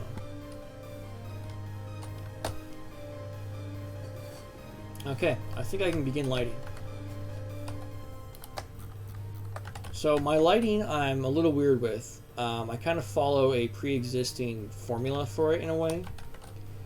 Artificial light is 256 brightness, full bright. So I find it contrasts the best that way. So these lights here are all going to be 256.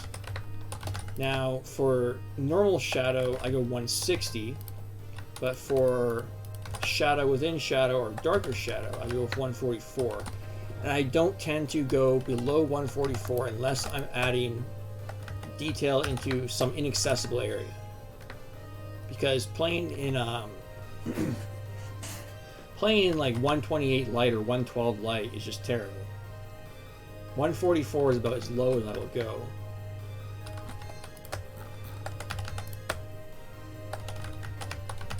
So this is starting to come together here now.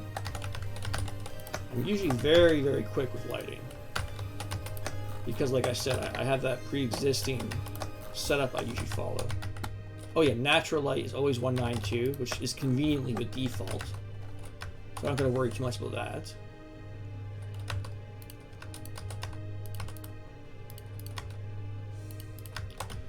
Okay. There we go.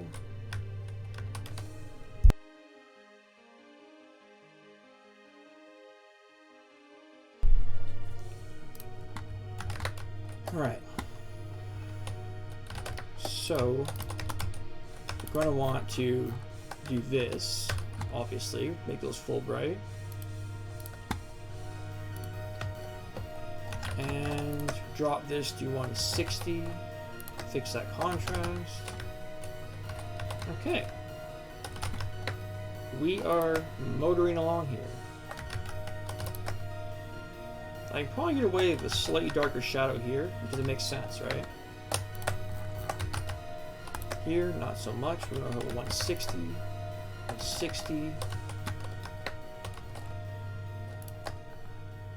160. Most of what this is going to be is 160 because I want that darkness, but I don't want things too dark. Brighten that up. Brighten this up. Lower these. Okay. Almost done lighting, actually. That's how quick I usually get it done. Doesn't take me very long at all. Now, of course, I gotta add lighting effects, maybe a little bit of sector lighting if I'm so inclined. I usually do that a little bit later. At least when I do my lighting like this, I can view the entire map now as the textures are intended to look, without wondering, oh, I wonder how that looks in the dark. Well, there's no reason to worry about that because I already have the lighting exactly at the thresholds I want, right? So there's no wondering about how textures are going to look in your finished project. Because that's something I used to do. I used to do my texturing before my lighting, which kind of makes sense if you think about it, right? But then you're seeing those textures either brighter or darker than they're actually going to end up being when you go ahead and finish your lighting, right? So I do all my lighting first, then I place my textures.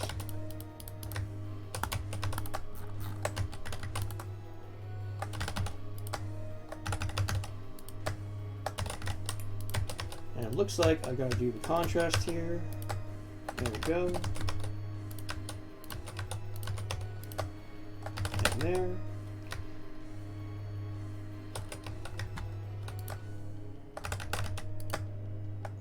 Probably here. Yeah. Okay.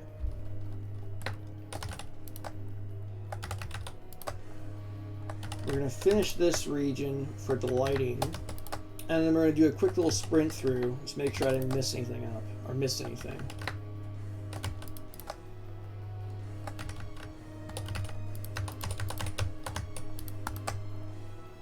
Okay. So obviously, upon doing this, I can tell that I'm going to need something here, obviously.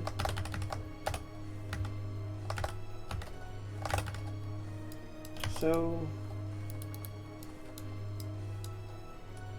these three lights, if one's staggered in the middle to match the curve, probably will end up working.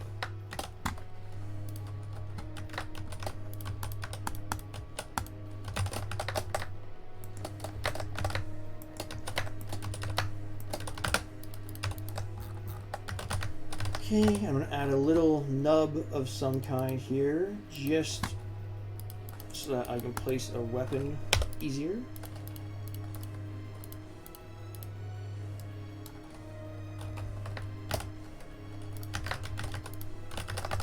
And then I don't think we need an upper light on that, because I think that'll clash with these lights, potentially. In here, though, we definitely need something. Ah, perfect. I didn't even realize I was fully on grid there, so that's nice.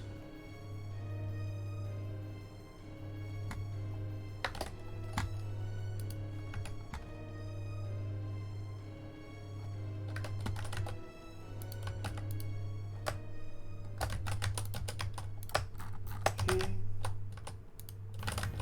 Now, see, that looks like it's too low, but it's really not.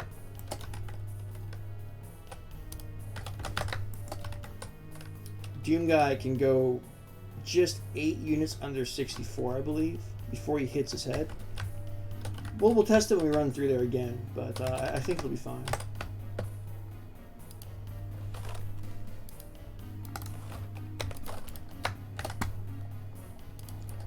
Now this here might be a good spot for a spawn. Being a bit of a secluded corner, at least.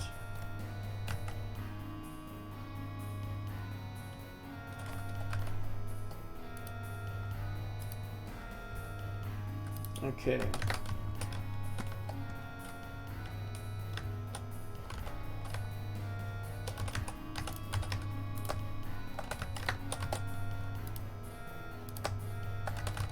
Realize I didn't do these ones yet. Whatever.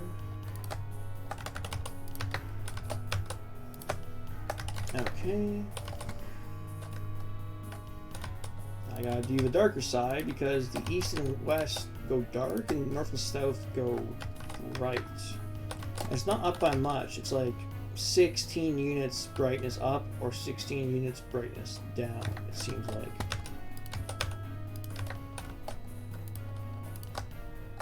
There we go. Okay. We have got ourselves a map.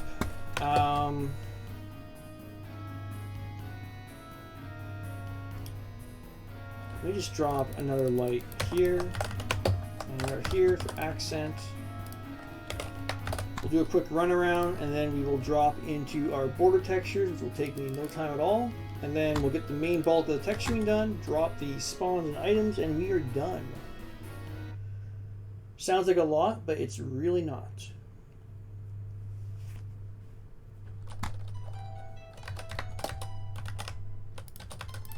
Oops. There we go.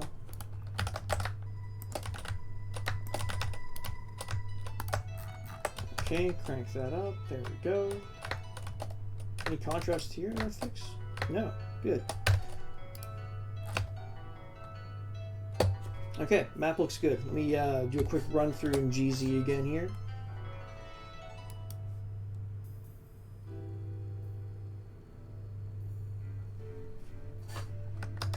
Okay, seems to be picking up correctly.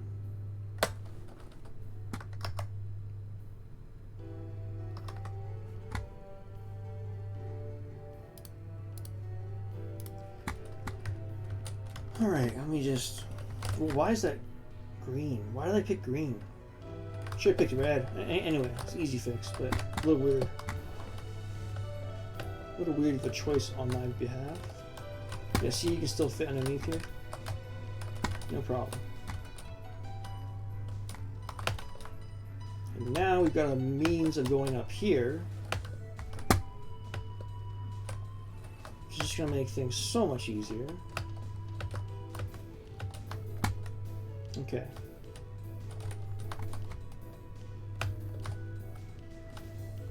Kind of digging the flow here because you're coming down this hallway, right? You can jump here, no problem. Come on down this hallway. You jump here, no problem. It's not like you're required to, oh, well, let me just trundle over here and go up the slope, you know? Like, you can hit things from different directions and go up. Like I said, movement, variability, movement, freedom. That's the most important aspect here. Gotta fix those fake contrasts too, no big deal. Let's do another lap or two around here. And I lowered this by 1, so that you can actually jump it if you're so inclined. So,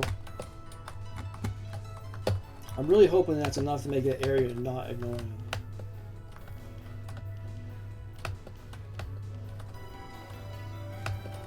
Oops.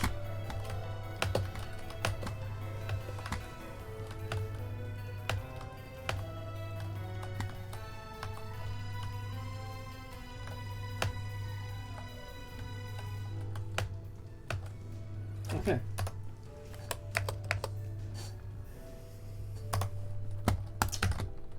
Let's switch these, what do you call them?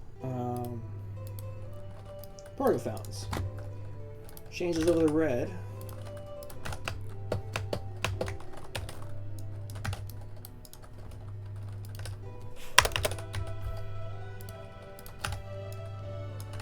Okay. There we go. Don't forget to save.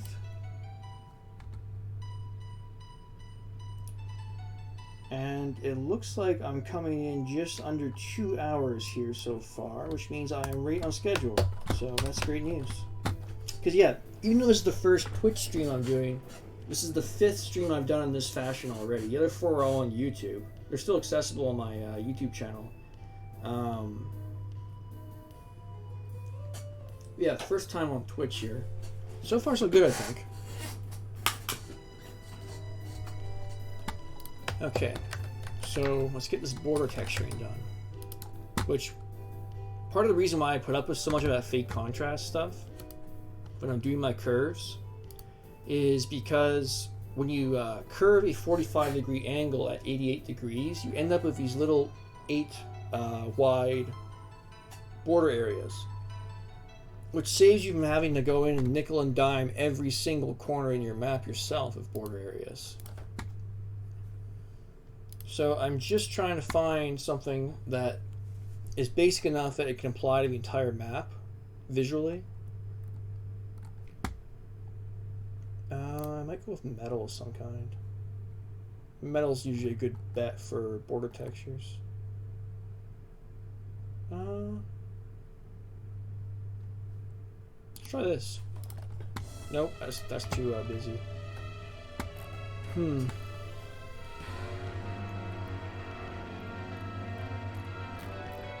How about this? Nope.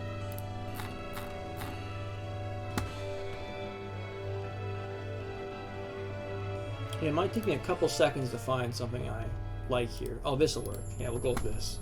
No, it has a seam in the middle. Dang. Is this one a seam? No, it does not. Perfect. Yeah, that looks good. So now I'm just going to go around and really quickly border this map.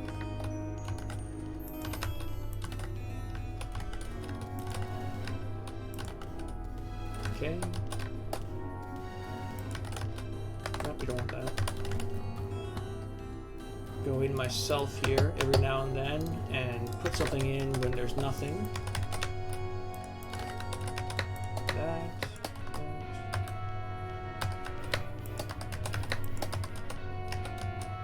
Does this have a vertical? It does have a vertical seam. Dang it. Maybe the third one doesn't. It's hard to tell. Let's see.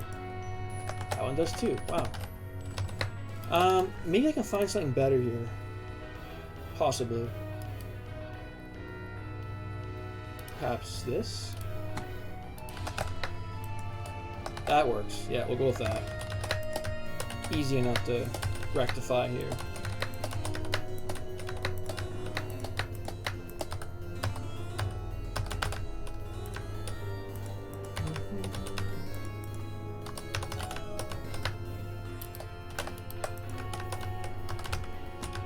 Okay.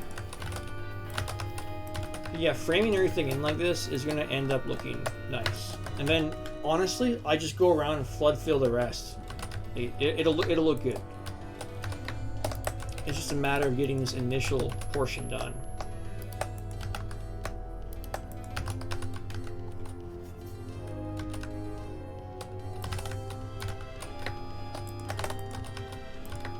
Okay.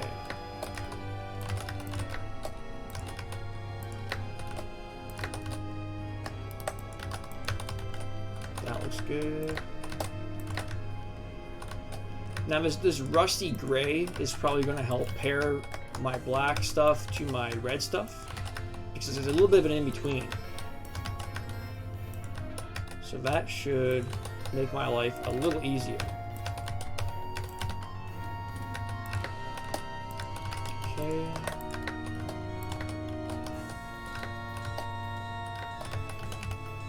put these in here. So the idea is I just go around clicking like this now, right? And flood filling whatever I need to flood fill. So like I said, it makes your life a million times easier.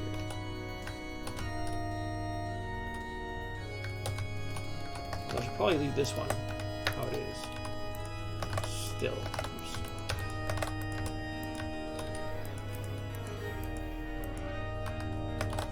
Okay.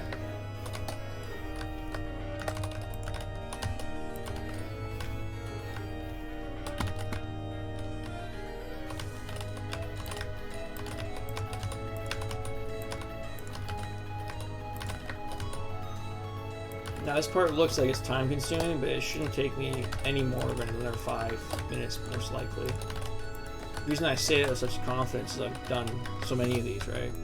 Following the same method, typically, in terms of my workflow. So yeah, it shouldn't take me very long at all.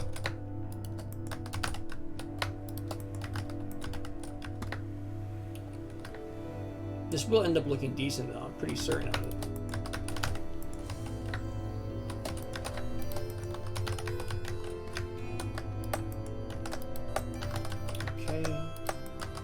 Go.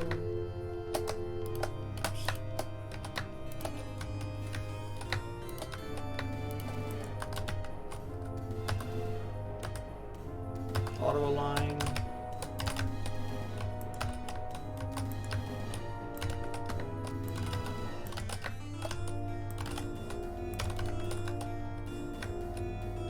Okay. Follow the same for here, and then I'm going to split these a little tighter on each side.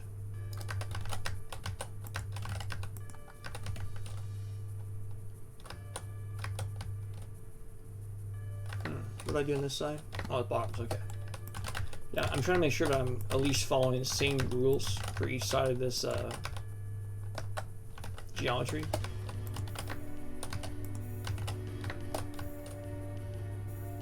That should work.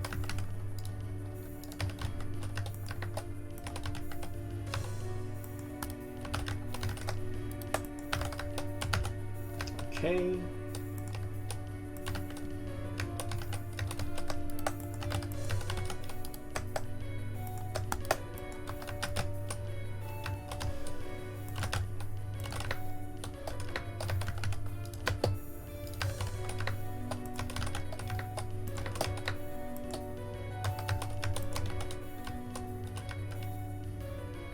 Yeah, I'm still contemplating if I need a light above that little pedestal there. I'm thinking that in terms of busyness, it might conflict with the larger lights. I'm gonna leave it like that is for now. I may still change it if necessity dictates so.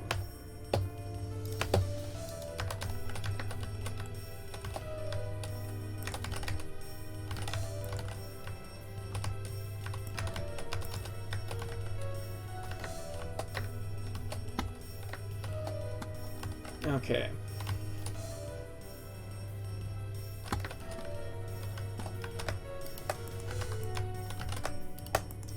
Do these two bottom stairs the same way. Those are all done. Okay, that's all done. We'll do this middle platform and the pedestal using this. And then for this larger platform, we'll use something more eye-catching. Now this whole area here can probably be that, and that would look good. Okay.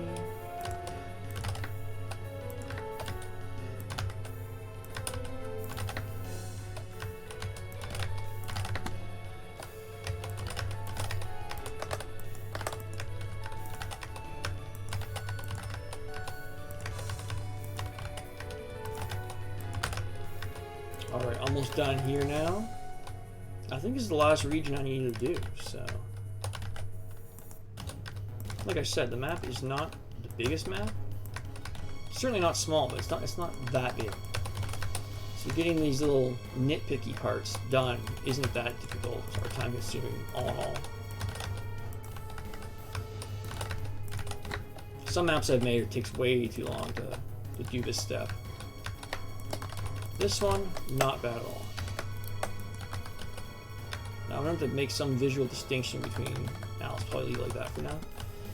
Because I don't want the top to blend in with the bottom part, obviously.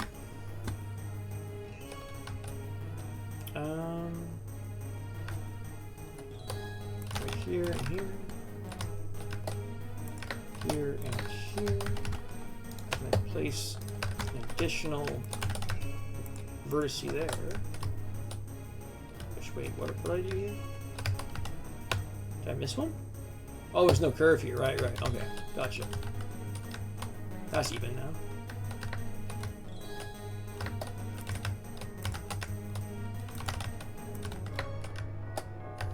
Okay.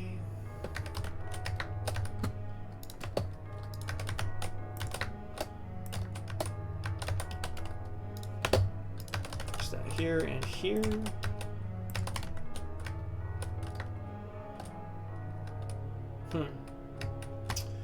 Right, this area. Okay. Now I'm putting borders in here, but if I find a texture that I like enough to repeat the entirety of the way around, I'll do it. But as of right now, we're gonna go like this.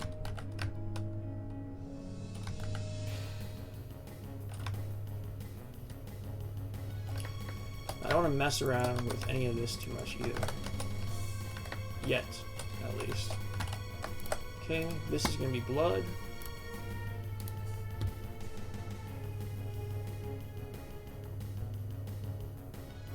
There we go. Which honestly is kind of a unique blood texture. I'm calling it blood at least.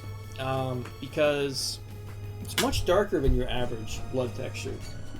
Like if you compare it to O-Tex, or you compare it to even vanilla Doom 2, like that's pretty dark looking for blood. But who knows, maybe it'll work. Now you see I'm getting an idea here. This is like a little pool that I made unintentionally. So I'll put some blood here. Drop it in these receptacles. I'll leave that blank. There we go.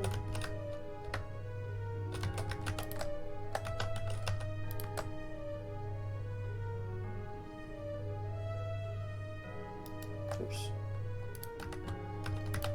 I have the middle part here at 144, but I'm kind of thinking this end part should be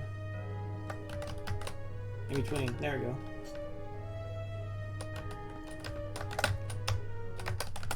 Mimic this on this side. Okay.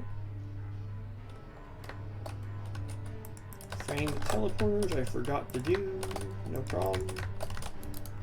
Okay, now comes for real texture time, which Foxtex is interesting when it comes to that.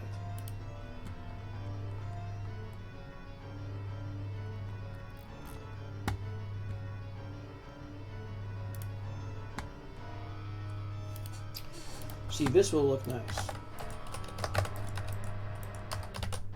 That looks cool. So we're gonna match it on this side, of course. And you know what? I don't typically do too much sector lighting. I find it gets a little messy looking, but a little extra red here will not hurt. Whoops, too much red. A little less.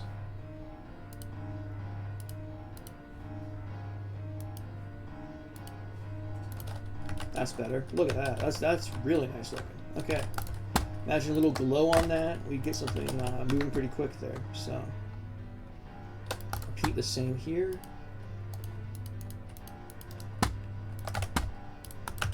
Yeah, that looks nice. I know I'm a little too excited about it, but honestly, I think it looks nice.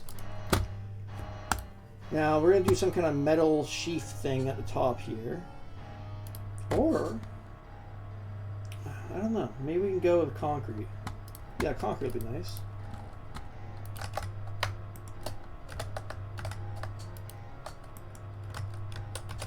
Okay.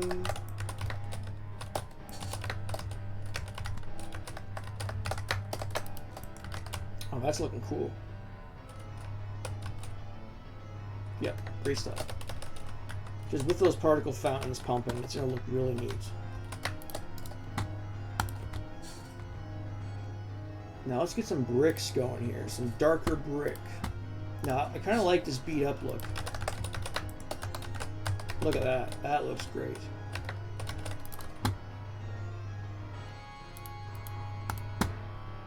Sorry, I just get a little excited when I realize everything's coming together, you know what I mean?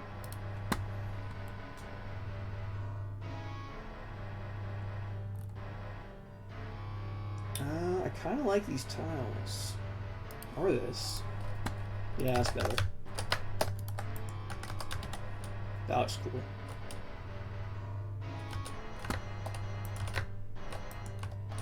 Which means I can probably do the same here, which will help accent this area, because I was complaining about it before, if you don't recall. And I can throw these on here. Wow.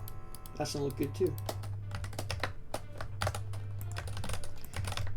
You gotta be excited about making your own stuff, because if you're not gonna be excited, who the hell else is gonna be, right? Oops. There we go. We're gonna take that red sector lighting.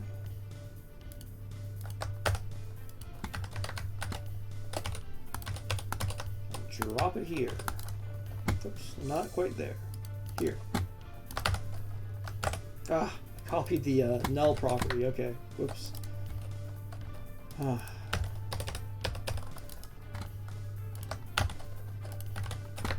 Now, I could make these darker theoretically in terms of like red. Well, you know, that might even work out better. We'll see. A little darker. There we go. Oh, now we're looking hellish. So I don't want to only use this light though, even though it's wonderful. I wonder if I can get away with some other ones here. No, that's not quite cut properly. Okay.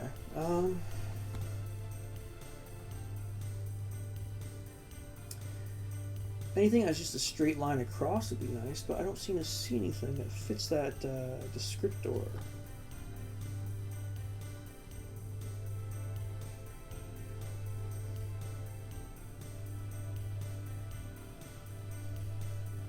Now, we could theoretically go with the gray and tint that red, and that would look different enough.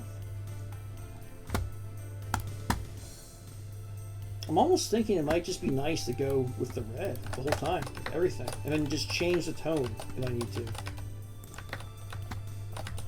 So let me place that everywhere. What is this white square? Ew. I'll have to move that when I do them here.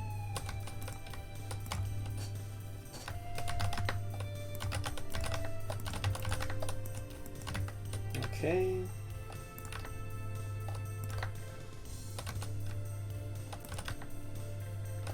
Yeah, today's level is a tiny bit smaller than yesterday's level. Which, hey, whatever, that works out. However, things go. So I was worried about that white square, which looks a little awkward. But if I'm dyeing everything dark red, like that's bound to disappear, right? Do these darker. Yep. Oops. There we go. There we go. Good. Now, I may want to avoid putting items underneath this because that is going to, of course, dye the items red, right? And the blood I'm not putting any glow on because we're going to be getting too ridiculous at that point.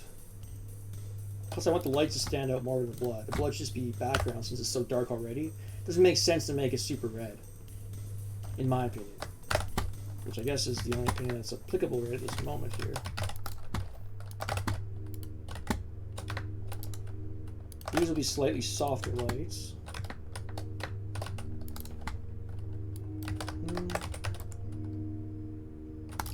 See, I don't want to just get stuck on dropping just that. So this will look good here. And take the darker variant. There we go. Some flicker on this stuff, some glow, a little bit of slow strobe. It's really good.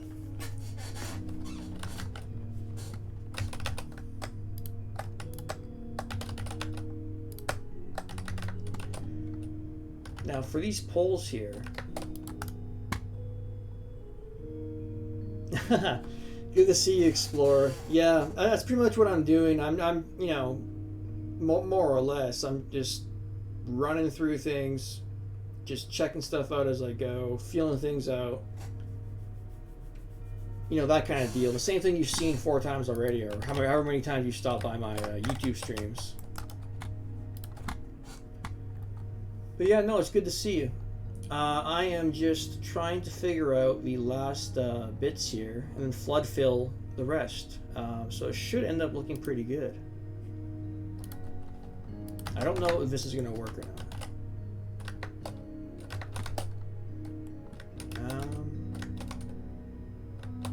Actually, it works for the most part. That's disturbing. Except for right here.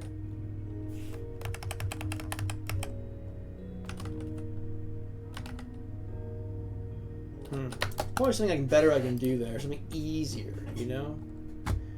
This is what I'm all about when it comes to this kind of stuff.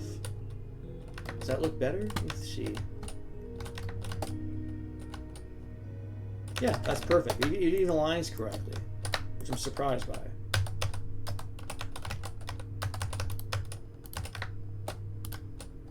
I find when you're trying to force textures that are meant to go on a flat plane onto a curved plane, well, obviously they get warped, right? So when it comes to lights and really thin rectangular designs like this, I find it's tricky to get things looking correct.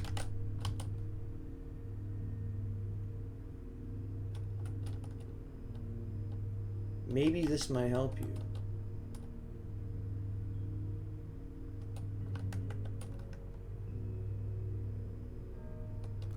I'm not sure what you mean by following, Explorer. What do you mean by that?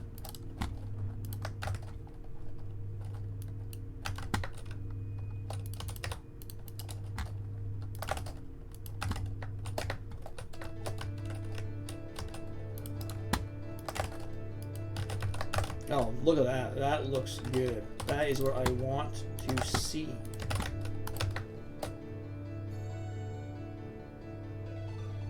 Oh yeah, no, I would appreciate the follow, of course. You don't have to do anything, but if you did so, you'd be able to know when I go on next more easily, I find. So, like I said, I'm new to Twitch.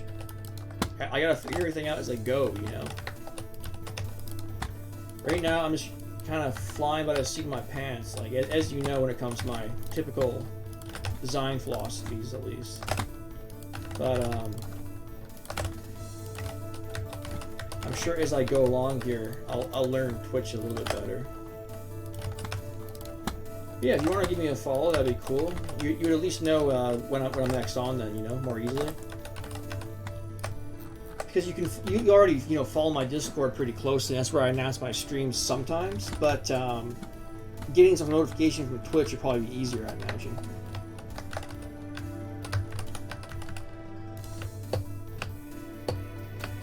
But so far, I am right on schedule.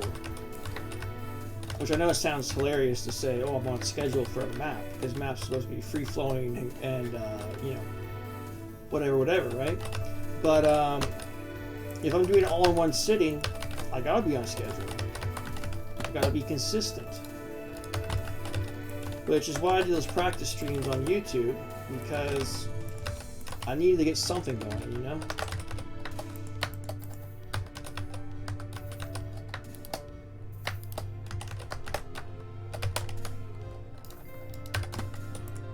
Okay. So that might work. That might work. And down here, switch to a more conventional brick. Oh, that'll work. Lovely.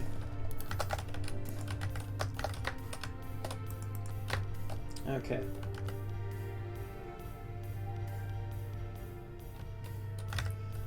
So right here, this long rectangle.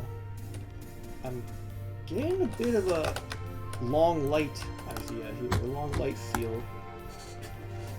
But then if I go ahead and do that, I'm having to get stuck with lighting this whole area here. And I don't want this whole wall red, because that would be a little silly. So maybe let's do this. That's better. Move these aside. Much better. Turn those. Whoops, not like that. There we go.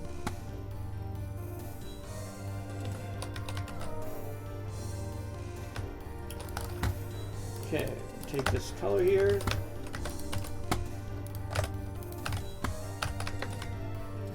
Okay, I've got my idea, my feel.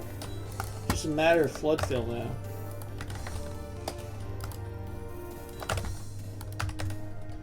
Save it.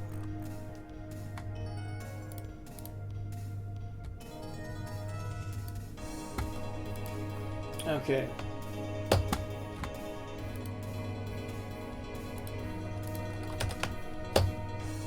So let me go ahead and do the rest of these lights. So that'll just help me follow my theme a little bit easier as I go along here. Probably gonna go lighter here. Ah, this will go darker. And these will go lighter. These will go darker. Okay. That one will also go darker because that will be a nice corner piece.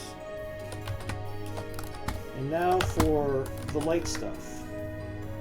Which is going to be this over here.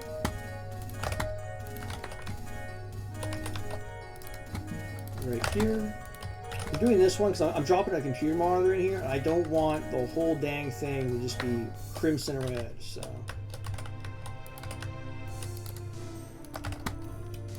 And this was going to be a lit area, but I don't really see the point now. But now I got an idea for here.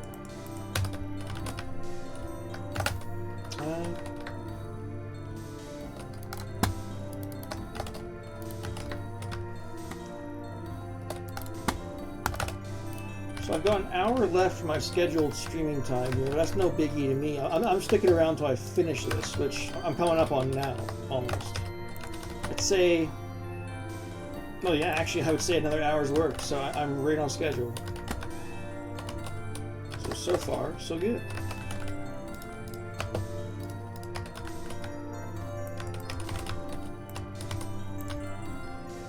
Okay.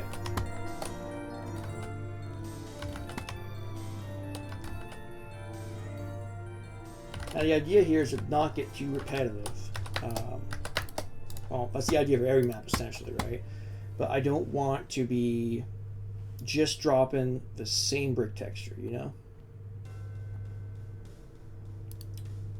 There's just so much to Fox text. Look at that, 6,144 textures. That's insanity. It's kind of insanity I like, though. I like to have as many choices as possible, because I'm always discovering new things. Now, granted, a lot of these texture packs are much smaller than this. Much, much, much smaller than this. Like Aquatex I used recently. That was probably a 50th of the size of this. I still managed to make a decent looking base with that. So, I just like having choices. That's it. I like to have a lot of choices. This concrete will look nice here. Oh, I guess up there when it's flood filled. Okay, that'll work.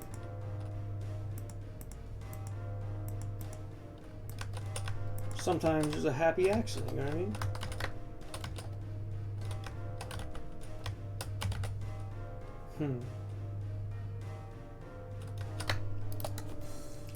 I'm wondering if there's some kind of lip I can put on here. Oh yeah, there is. Look at that. That'll help differentiate. That looks better.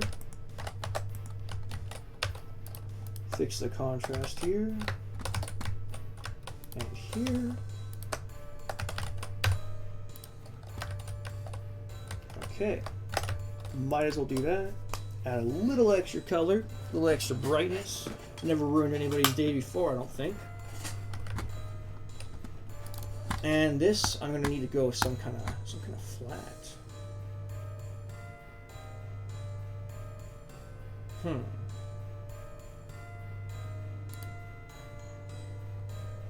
What am I working with here? Concrete, okay. Could go with something from here. That will work. Or will that work? Nope. I don't want that seam in the middle of the shape. Perhaps this one? A little too busy. I gotta find something that fits gray, but doesn't get like... I don't want to draw too much attention to it, you know what I mean? So I'm just trying to cap off a concrete area. I'm not trying to make a sideshow over here. There we go, that'll work.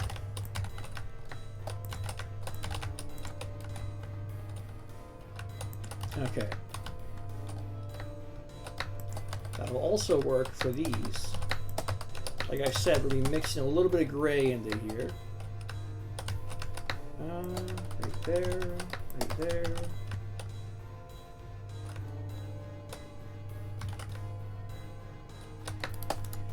Now, a lot of the black textures are a little washed out for my liking. Not washed out, that's probably not the correct word, but a little light, a little pastel.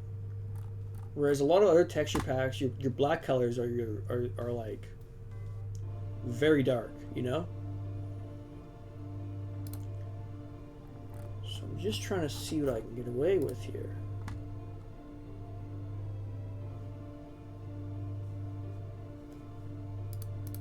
Probably have to go with some kind of brick variant. Perhaps this, because that'll pair well with the other one, actually. Put it on the wrong plane. There we go.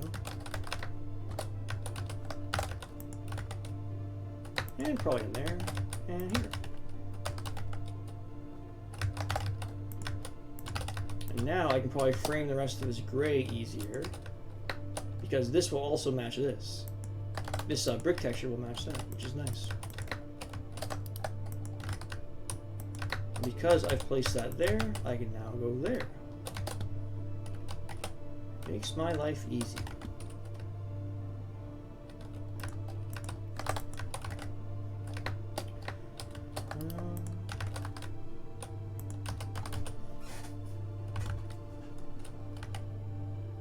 Okay.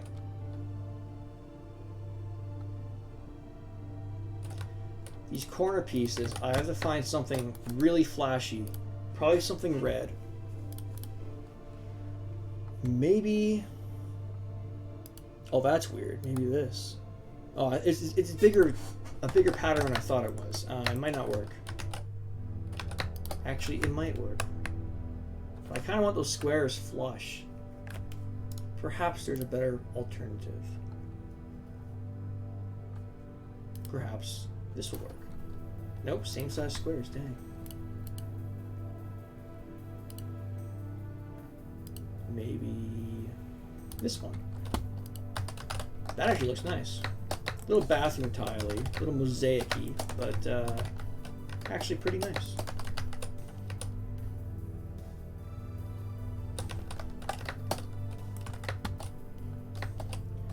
And maybe go here.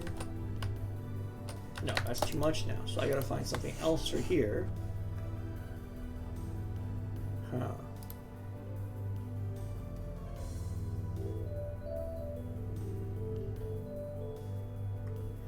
Maybe a broken window. You see, it's just barely too tall for that lip. So maybe if I found one that's set up laterally.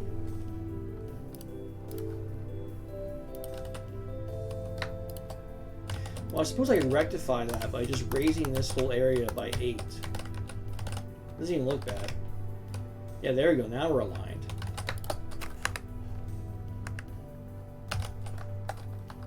There we go.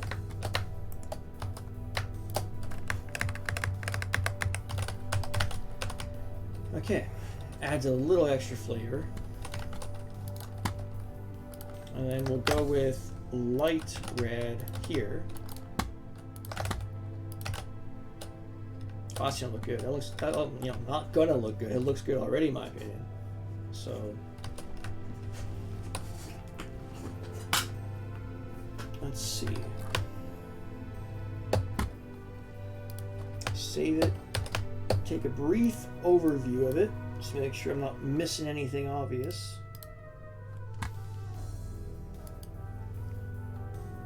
Okay. We're already done the bulk. This big room here is the bulk of it, right? And I've got an hour left in my normally scheduled stream. Well, it's my first stream here, of course. Our normally scheduled stream. So I'm right on time.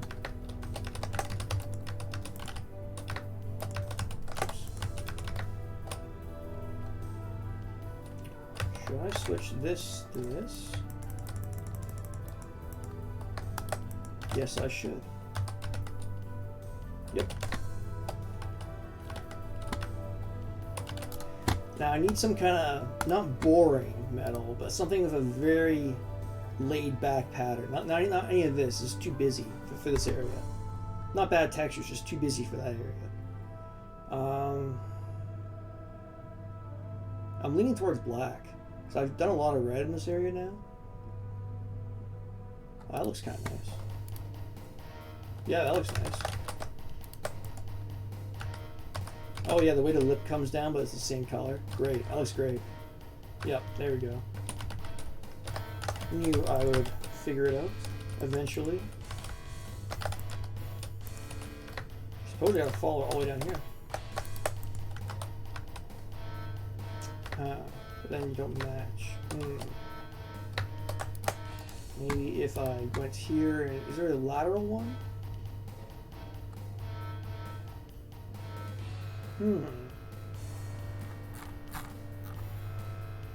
A lot of this is very Doom 3 looking, which I'm not complaining. I like Doom 3.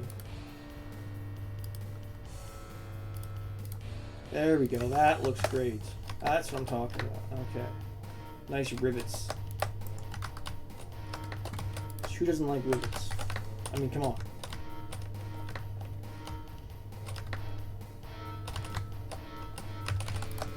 So this needs some light because it looks silly without any.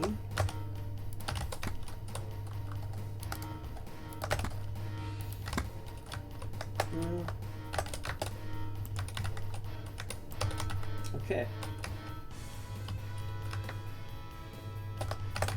Now that I've got a lot of that other stuff done, I can probably reuse that mosaic looking tile again here. Oh, that's gonna look great. Yeah, that looks great. Frame it. There we go.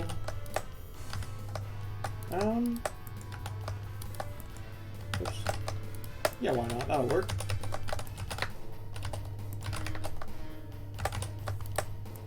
Okay. I'm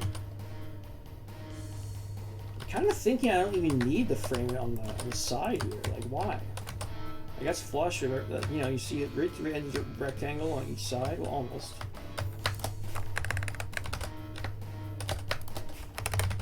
Okay. Take that, put it here. Take that, put it here.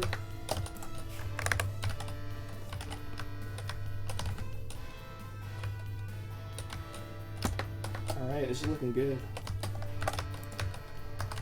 So I can probably continue using this rather innocuous brick texture going all the way down here.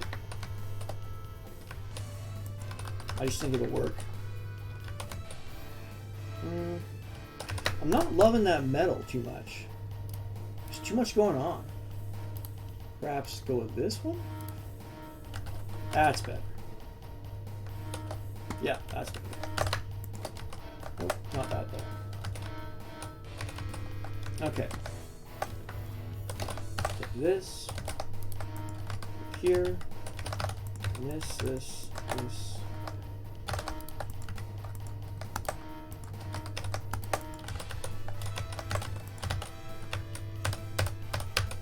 Okay, very nice, very nice. I like that. I just like rivet textures in general. Like, come on, they look great. They always look great.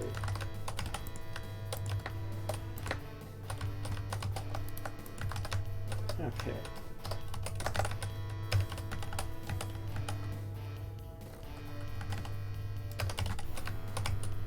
Nope, not there. Here.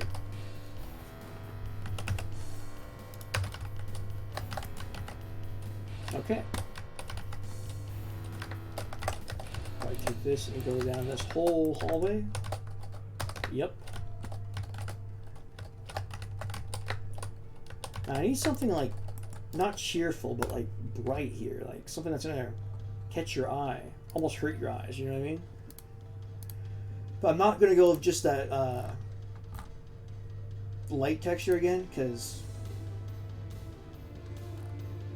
I find I've already used them for conventional circular lights in this map, and if I go and start plastering it all over the wall too, it's not going to look right.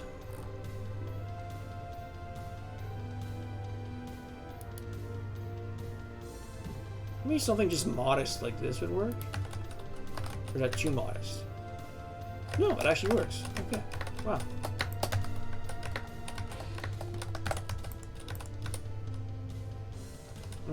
Probably go without the border here. Auto line, there we go. Kind of means I gotta follow this texture through here, but how often do you see different bricks in like 12 different places in real world, right? Not this is the real world, of course, but what I'm saying is you see a lot of repeating textures, a lot of repeating patterns in actual real life architecture. So I'm not like freaking out about it, you know?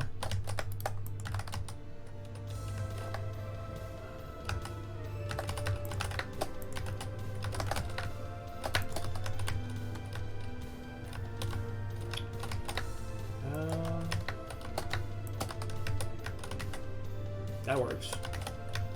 Now I need some kind of, I might just end up dropping a circular wall-mounted light in this setting here, because it'll probably end up looking good, like one of these.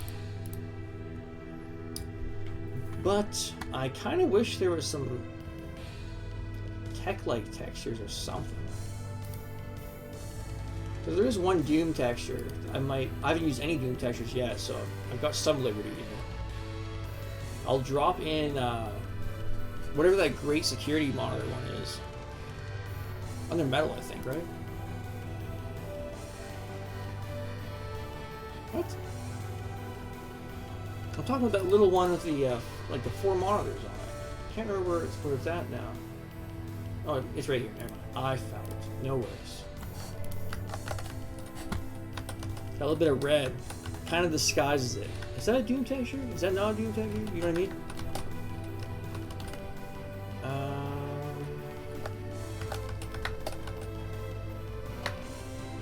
I want to throw some... No, not that. Do this.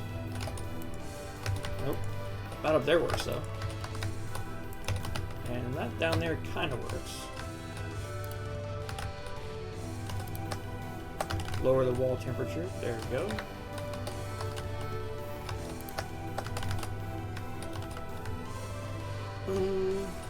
What else do I need to do here? See, I need something like eye-catching, but something that I can repeat like 1,000,000,000 times too. That's the thing. For that upper area.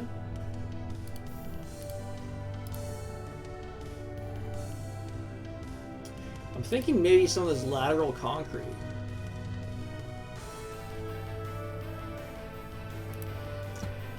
But then I'm thinking, is that going to look too repetitive? Probably not. Lateral patterns usually don't get noticed as much as vertical patterns or repetition. That's something I've noticed, actually. I don't know why I've noticed that, but I have. Maybe these large, old bricks could work. Yep, that works. Good. Place them on the bottom here. Now for this top corner, I'm gonna go here and take. This is what I mean. This is what I love, absolutely adore about Foxtex. Like right here, I've got the red mosaic, right? I'm like, oh geez, I wish there was a black mosaic. You go here and yeah, there obviously is. Like every single time, like you think about that, you'll find something.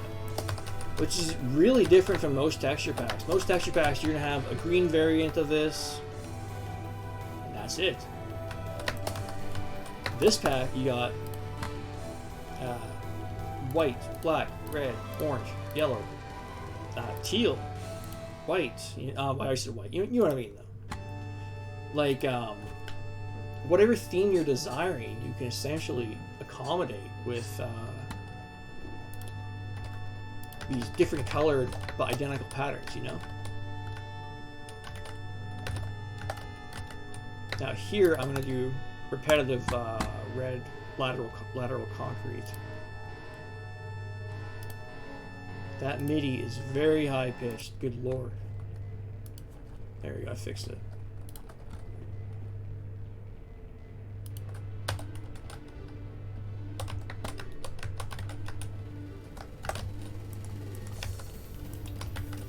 Okay, that's kind of gross. I need a single tone concrete. Oh, that'll work.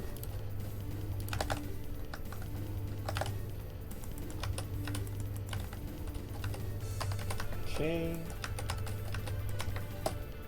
That looks better. Take this texture because I'm going to need to pair it somewhere else. Can't just have it in the ether, you know, one-time use. That's going to look weird.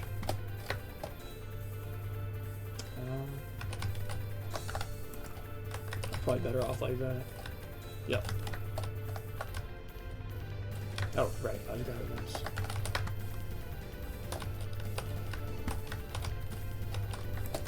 Sure. Or is there a black variant? Because we're in a darker area, so it might make sense to go. Yeah, there is. See, I didn't ask that question. Is there a darker variant of this? Well, of course, it's Foxtex. There's like 12 variants for every single thing you need. It's great. Which is why I'm a little upset that it doesn't work as well as it should in Xandro.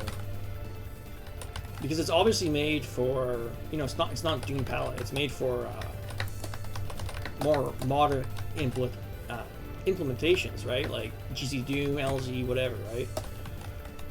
But you would think that would then in turn translate to Xandro. Yet when I use Xandro with this, a good 20% of the textures just check out. They just leave. Which is a little frustrating. So I'm still looking to get that figured out.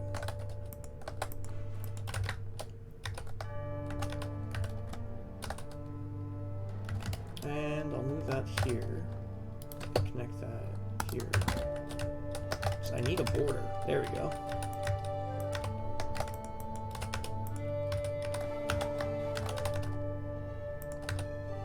Yeah, whatever. That works. Put this on this side.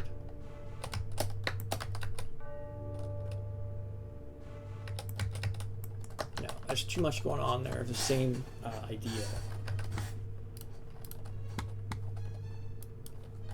Let's see. What else can I do here? Could drop some metal in there.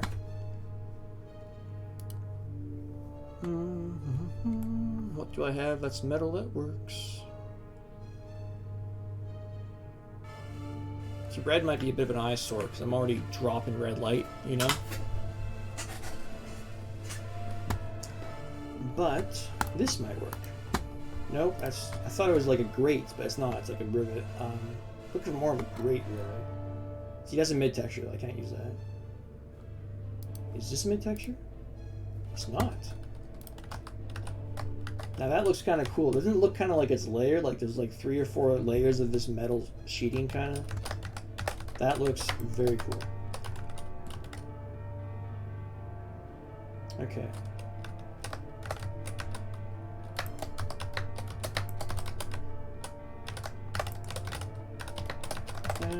Nope. See, I was gonna put a light here, but I can't because I'm gonna be sitting Techno pillar. Oh, Techno pillar there. And why would I sit heavy Technopillar on class? It just seems goofy.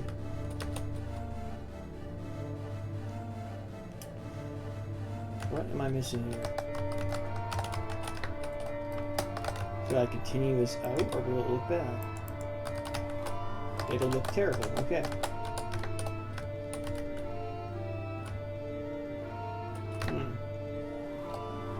Maybe I bring back this texture.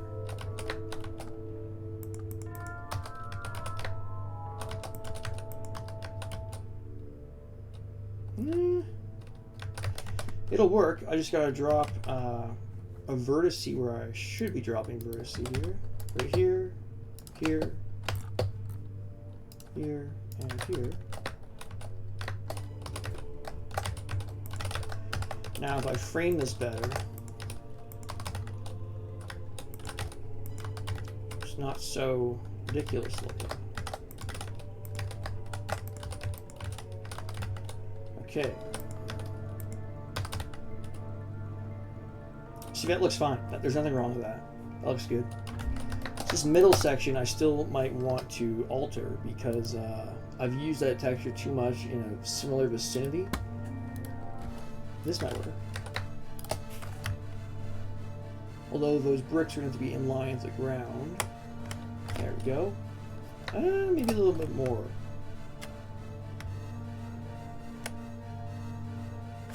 Let's see. 1, 2, 3, 4, 5, 6, 7, 8, 9, 10.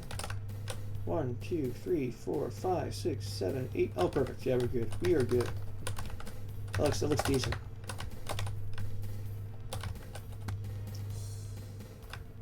Now, obviously, if I'm using that as an accent, I can't really use it elsewhere as easily. That looks decent, though. I'm going to lower the red portion here. Or no, I'm going to keep a stripe of the red here. There we go. Now we're cooking.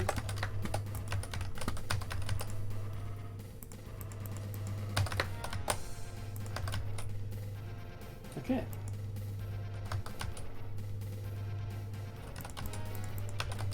Well, this is where it gets a bit tricky because these bricks here are all decayed and messed up, right? So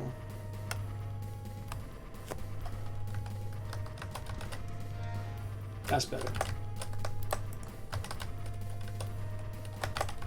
Except I should probably go with these over here.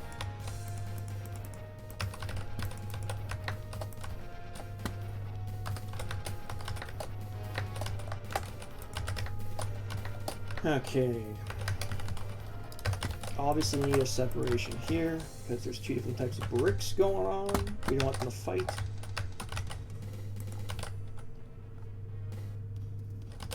Where else do I use that? Perhaps this. Yeah. Good, good, good.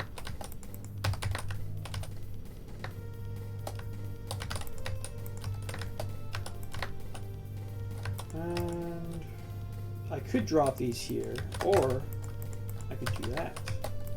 Get a little extra color going. Because who doesn't like color? I certainly like color in my Doom maps. The more colorful the better, in my opinion. You know, not pushing it, of course. Like, you don't want 15 different colors in one room or something, you know? Unless that's what you're going for. You could probably get it to work, theoretically.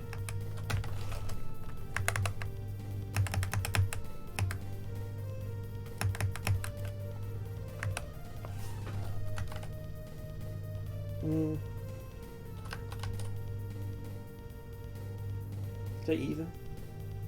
Yeah. And I don't think that works for there, so we'll go with that.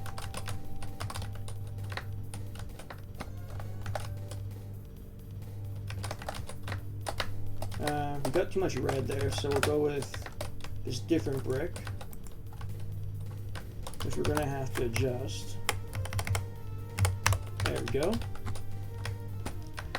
I want some kind of lateral stripe, some red lateral stripe, something there, because it's almost like it's drawing you towards the telly. That's what I'm looking for. To try to give an idea of my thought process here. See, that's exactly what I'm looking for, but I want horizontal. I don't want vertical. Maybe this? Yeah, kind of. Oh, I say kind of, but kind of, really.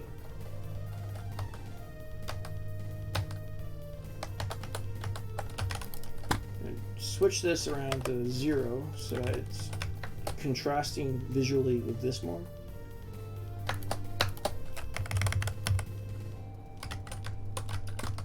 Okay. Probably want to go with the roof too then, don't we? That looks good. I like it. Okay.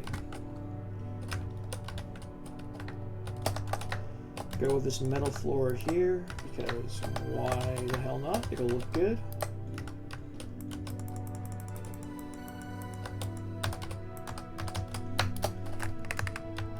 How close am I here? Good, okay. I use that there, so I'll use that here. We're almost finished the texture. And that's the main bulk. The rest is me just dropping some dang items down. I already know where I want most of them, so.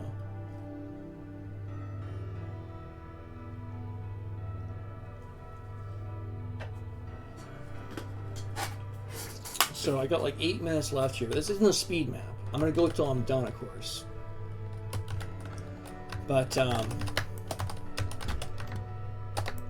not making bad time, really.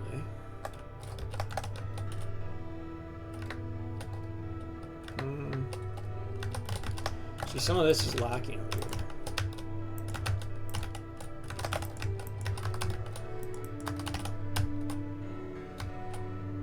Let's just go with this metal texture on the floor again.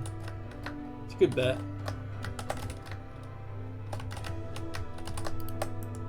There we go. Sure, why not? These will work. They're similar, right? But they contrast nicely with these. Is there a thinner brick I can put here? Maybe this. I don't mind that.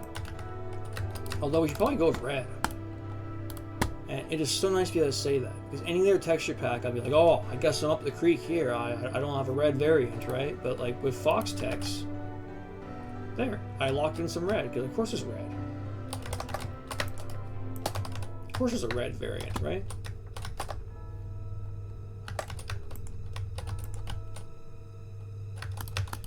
Now this works, but I need to put the red stripe flush to the roof, of course.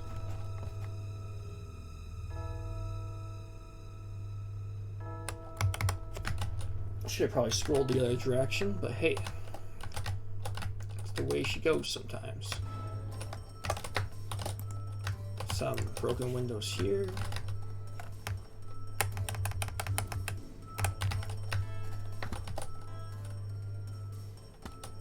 I feel like it should be darker.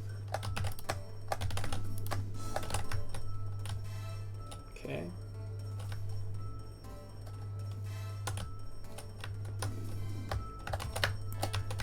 When in doubt, I'm just going to apply this texture because it is so versatile.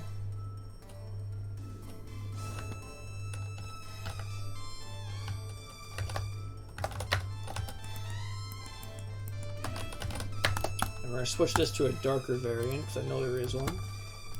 There we go. Now, fill in this and this. Borders there, good. Okay. Plowing straight along here. Wow. I feel like this whole hallway could just be like that. It's fine. You know, you go to a convention center, you see the same floor pattern for 500 yards, you know? So it's not like, oh no, I see metal on the ground for too long. Like, it still visually makes sense, that's what I'm saying. Like that. That looks pretty good. Now I'm gonna have to use something else different here because obviously the way this curves up, these rivets don't look good, right? So Maybe this. Can I work with this at all? No, I can't. Okay.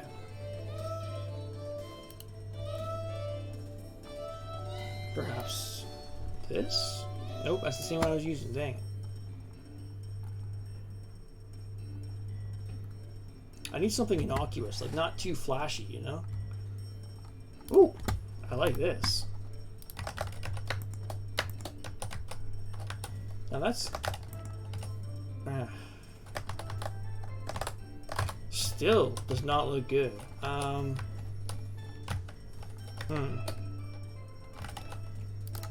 There's gotta be a better alternative here. Maybe I can even trick someone into thinking that like a stone texture is metal for the rest of that metal there. Like, some of this looks pretty believable.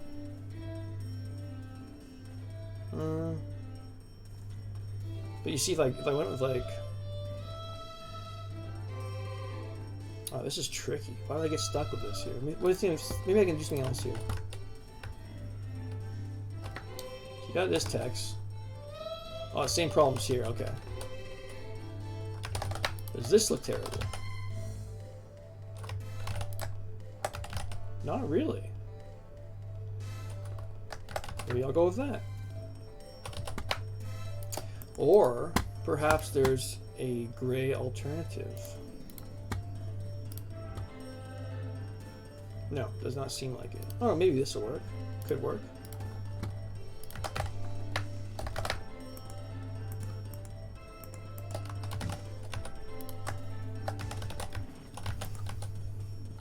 Maybe I'll just, for some flavor, just do this whole area differently. Like that. Yeah, that's better. Here, obviously, there's an issue. Not a big one, though. Well, if there's those big seams in it, yeah, that is a big issue, actually. Try this one out. Kind of works here, though, on the side. So I'll keep it on the side.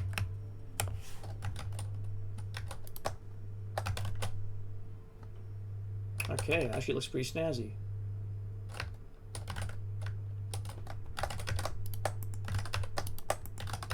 Okay. So we want to go with some kind of conventional brick here, but obviously we don't want to be stuck in the mud and having to resort to the same dang texture over and over again, right? Maybe this. Pretty nice. Matches everything. Good stuff, good stuff.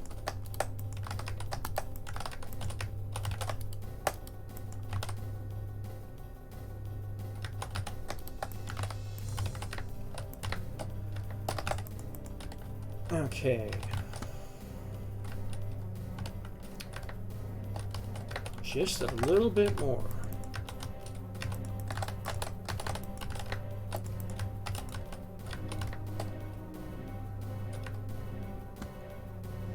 That blood's pretty cool looking, actually. I don't mind that darker look. You don't see that ever, so it's kind of nice.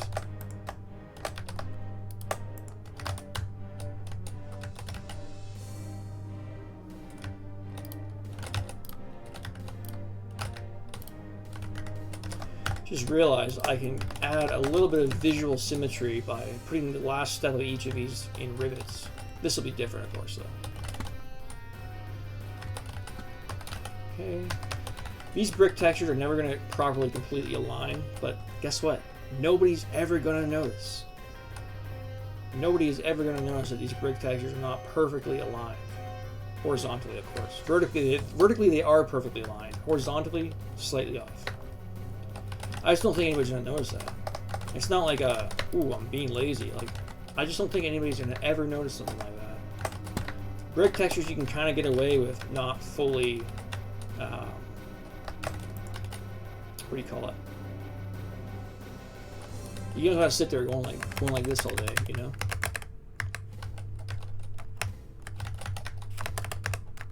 So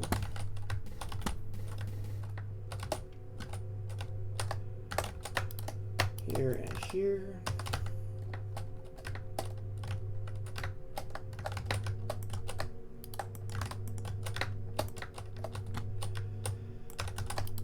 kind of liking that because then I can use a full-size brick for each of the lips of the stairs. But I'm going to turn these. There, whoop. There we go.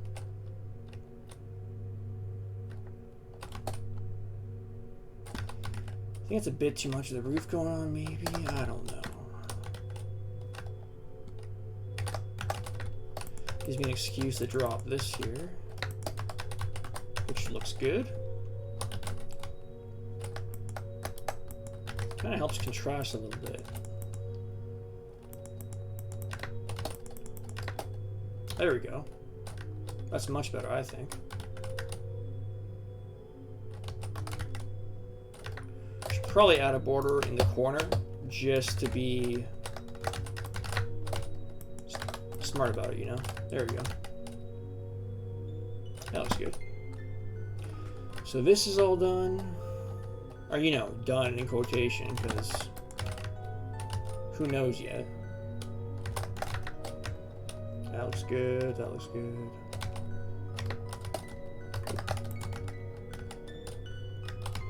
It's just about going around and finding the last little pieces that are misbehaving, you know?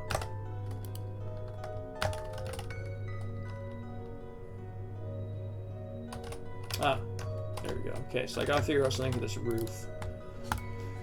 Now, granted, it's a dark, underground, dingy roof, so I can probably get away with anything, really.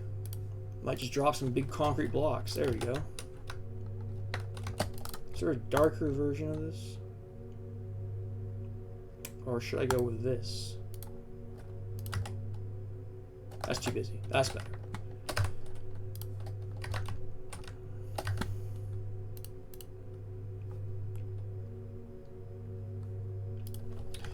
Alright. Any other areas that I'm obviously missing here? Let's see.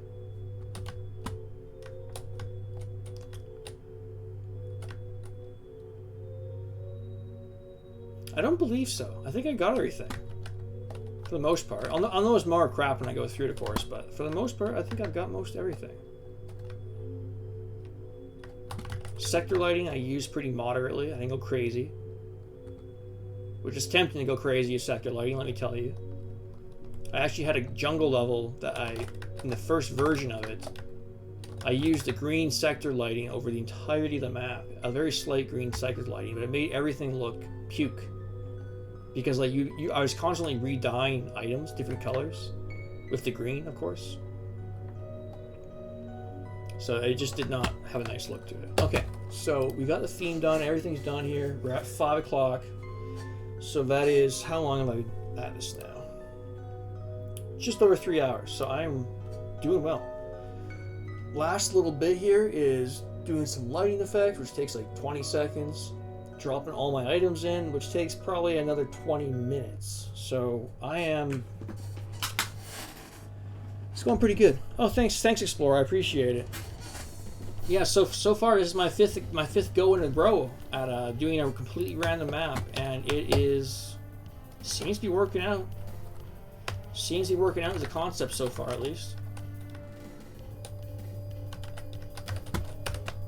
Okay, so I need to start placing some items here.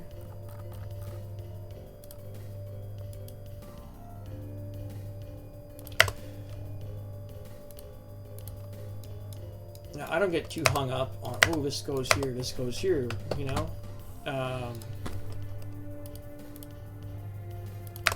I'll just place stuff till it works, and if I find in the playtesting, hey, that doesn't work, well then I go in and fix it, you know? But I don't get too hung up in this initial stage. The spawns, I kind of figure out, like, I don't want to say near the end completely, but like, pretty far in. I'm trying to decide where I want this rail. Oh, I know where. Okay, see this little section here? And you see what that'll do is it'll drive people through here. It'll drive people down the hallway. Drive people down this hallway. Might even drive people through the teleporter just to get to the rail. Because the rail is actually pretty quintessential in a large open map like this with long hallways. Oh, Still gotta drop a sky in, obviously. I know exactly the one, too. But I'll do that at the very end so I don't bore anybody with opening Slade real quick and all that, you know?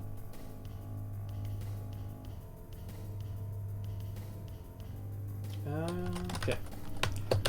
Let's get back to it before I get too distracted. Backpacks will be fine, sure, why not? Super shotgun here.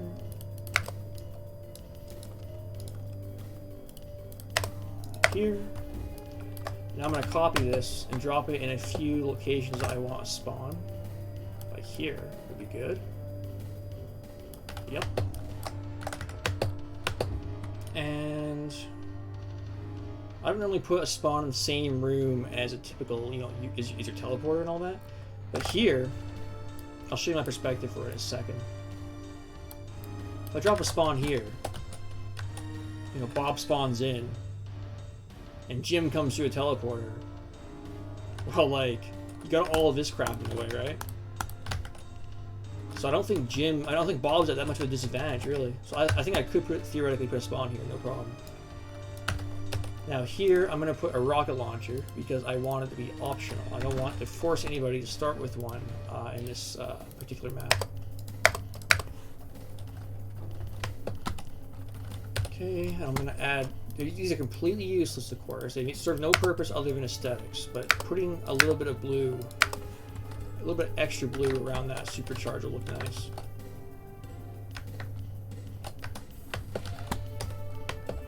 And we're going to place something here, but it's not going to be a super shoddy.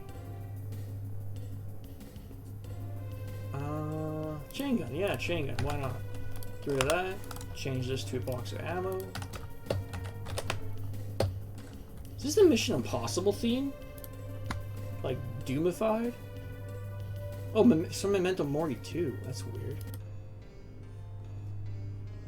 Here, this is some P-Corf at least. I like P-Corf stuff.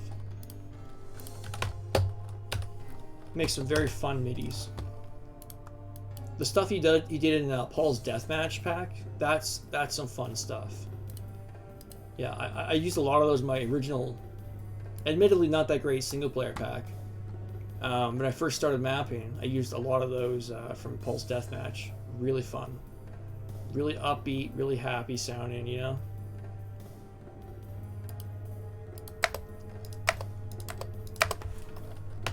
Okay.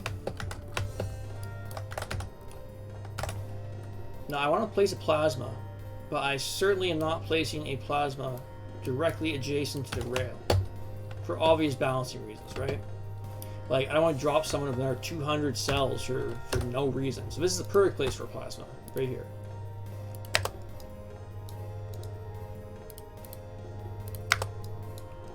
And we'll go with 1 cell charge, because if we go with more than that, we're going a little crazy.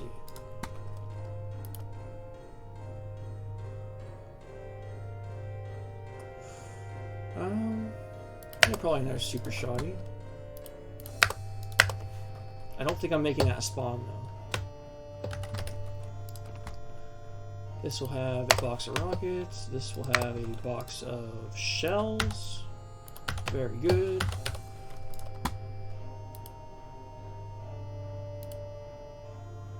Put another rocket or two in these corners on each of these. Okay. We are cooking with gas now. Let me tell you.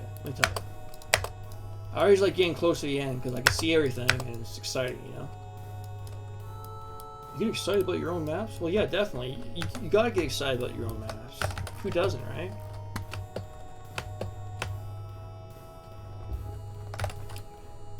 Part of doing all this is having fun. And if you're not getting excited by what you make, why are you making stuff?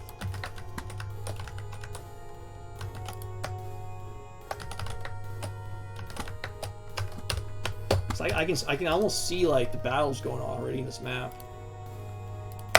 So I have an idea of the flow just by my item placement. Not my item placement, stuff like teleporters, placements and stuff like that. already got an idea of what we're going to be dealing with.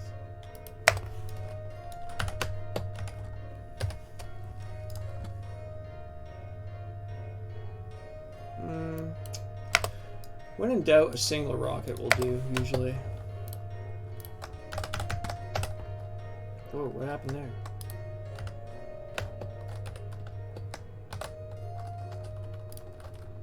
Thought I copy and pasted it, I guess not. There we go.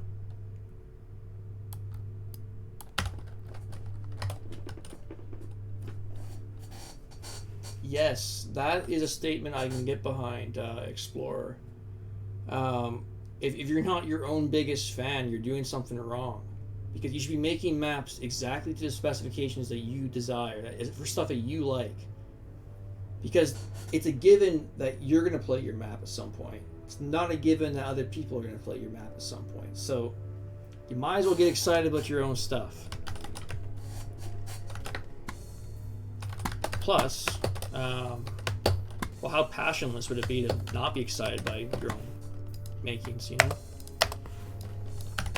Pretty boring. Be like, why am I doing this, you know?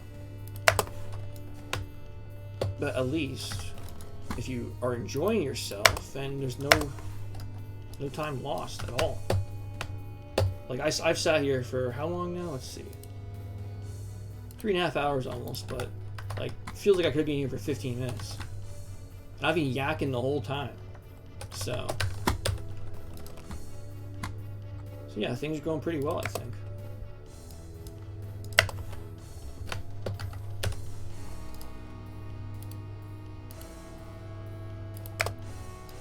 Okay, so I'm going to drop some more health bonuses here. Well, not health bonuses. I'll switch those to armor bonuses. Like I said, not for any logistical reason. Solely because I want to add a splash of color. But I want to, you know, when you do that, it's fine for aesthetics, right? But you don't want to add like a crap load, because then you're going to hear like that respawn sound like a million times in a row, and it's going to sound terrible. So you gotta be sure you're just putting it down a little bit for flavor, you know? Visual flavor.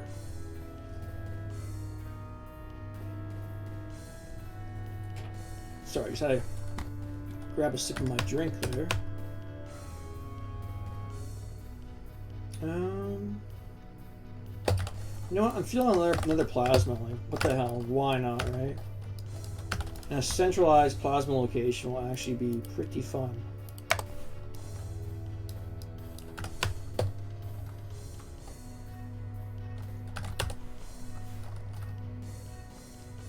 What am I dealing with here? What am I dealing with here? Yeah, that works, sure. Okay, so what do we have for spawns? Let's see.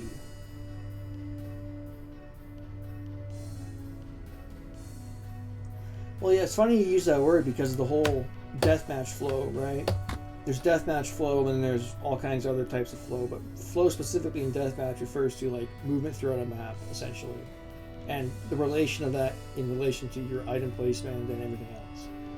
It's hard to explain, but I know what you mean by state of flow, where you're completely focused, nothing else outside what you're doing exists. And so, I'm not trying to get too far into it here, but like, I don't know.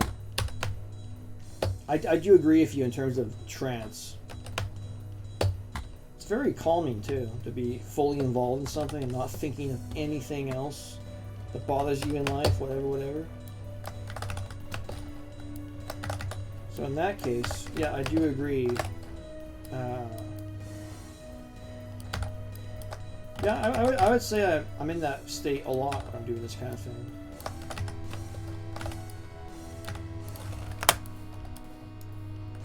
Because you kind of have to be. Like, if I'm going to yabber on for like 4 hours straight and do a map all at the same time, like, I kind of got to be, you know, very focused about it. And I'm still learning all this junk, right? This Twitch stuff. And this streaming stuff, I think I'm doing, you know, obviously developing an audience comes along over time, but in terms of the actual activity I'm doing, I'm doing well with what I've picked, I think. So I'm pretty happy with that so far.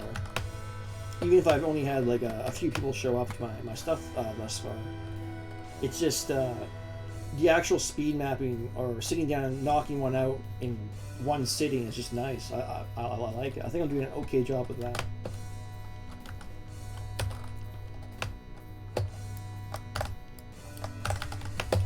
Because normally it takes me one sitting, or you know, a sitting then a break, then finishing up a map later on in the day, right? But knocking everything out at once is very satisfying. Not going to lie. So let's count these spawns here. Let's make sure I'm not up the creek with my spawn positioning.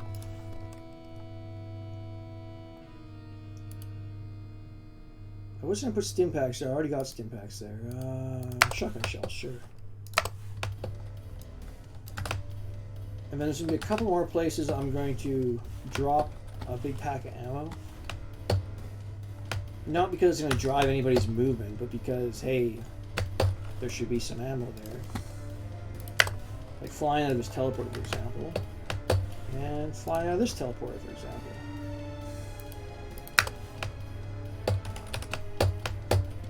So, let's count our flow. No, pardon me, not our flow. Got me thinking about flow now, Explorer. Let's count our potential spawns. 1, 2, 3, 4. That is not good enough. We probably need one more, and I'm thinking I know where to put it. I'll take this, put this here. Get rid of this, and put down backpack? Is that silly? No, it's 2 backpacks over there. It's too much. Box of ammo, sure, why not? That'll work. So let's drop our deathmatch spawns.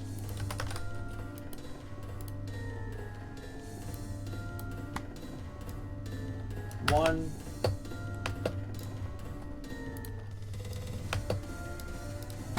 Obviously, this guy's going to want to be facing towards the super, so that's 2. Have this guy facing out at an angle. We'll reverse these so he gets a little extra think time when he flies out of the spawn. There we go. 3. That's right on a pole, so we're going to go north.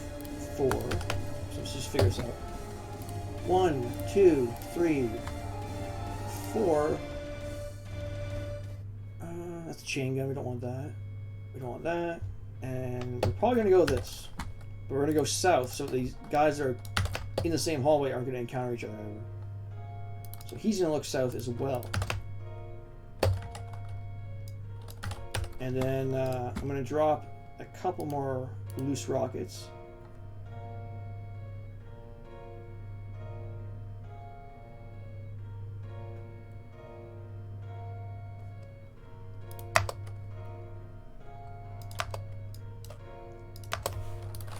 Okay, so I think I've gotten everything set up now.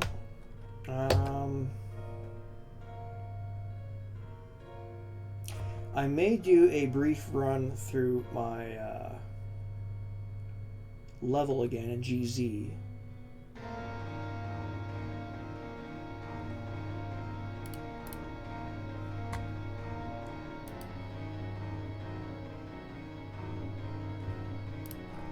Okay, so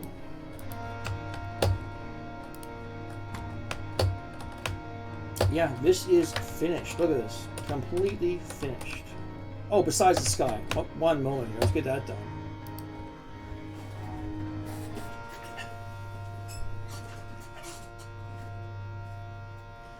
Okay, so I'm going to close out this in UDB. So you should see a blank screen in UDB now. There we go. I got Slade opened, and let me see.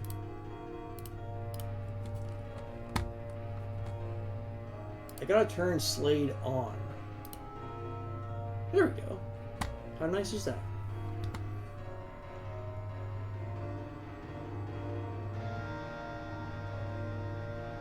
Now I gotta figure out how I'm gonna even do this, because I know Fox Text runs different.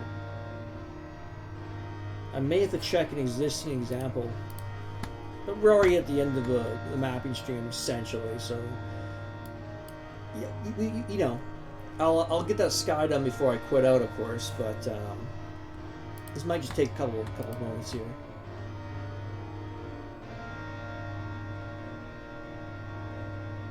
Because I need to essentially see how I did my Sky Edition in the previous Fox text map I messed around with. Here we go.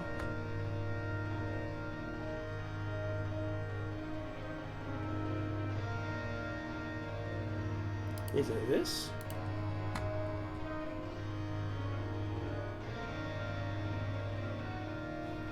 So what did I do? Did I just load that with Fox text? Looks like it. Okay.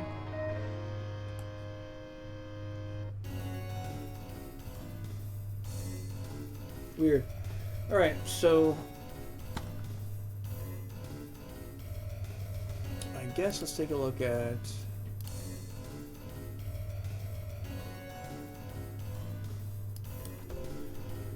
let's see. I know you guys can't see my file system screens, and that's, you know, for sensible reasons, right?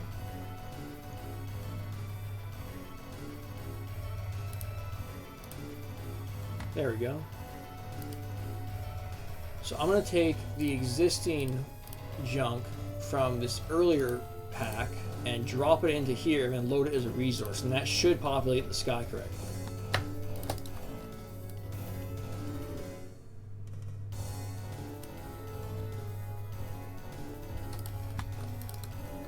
Paste it here. Delete that song, because we don't want the same song, obviously. We don't want the same sky, obviously. Save this. Come on, show me my map info, come on. Slate is a little slow sometimes, I find.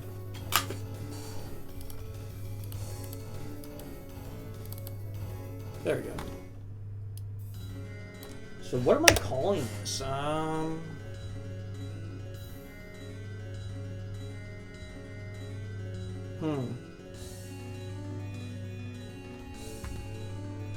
don't like the word dusk. Dusk something.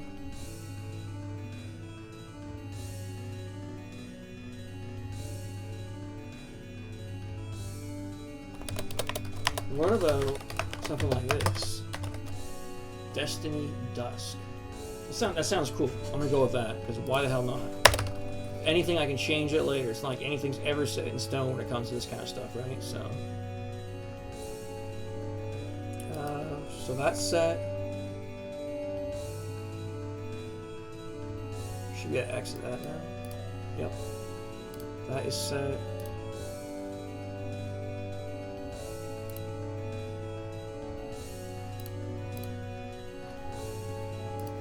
Okay, so I just gotta drop in a sky and a song that I think sounds nice.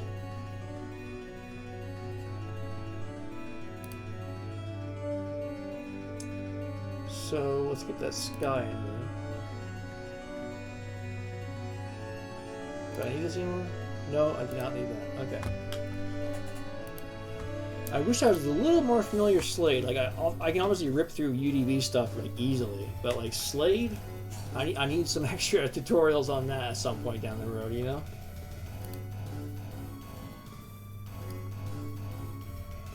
Okay. Let's grab a sky from Mechadon's Box of Skies. The single greatest sky pack ever created, in my opinion.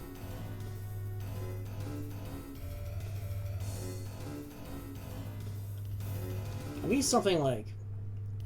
You'll be able to see it pop up on the screen in Slate in a moment here when I do decide on what I want. Yeah, that'll work.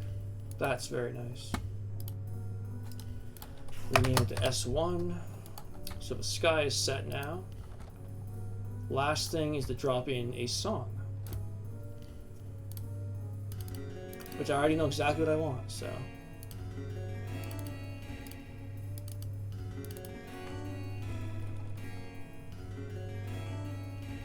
Well, Cold Wires. That is a good song. Ooh, that's a really good song. Okay. So that's set. Railgun's in there. Maps in there. Sounds in there. Map info. Doom, End Doom, Sky, and music. And my decorate. Good, good, good. Okay. So I can get out of this program here, which I wish had a dark mode, but it does not. And then turn that off. There we go.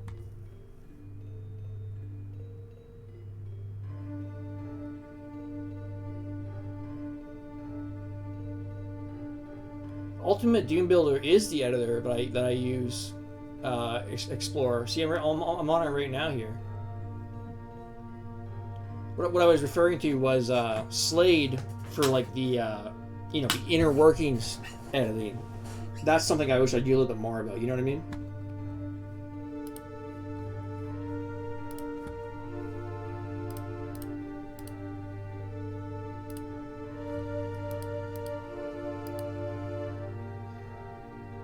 Okay, so now I have to make the daunting task of opening this correctly, which sounds hilarious, but I gotta make sure I get everything lined up here. What is this? No, we don't need that.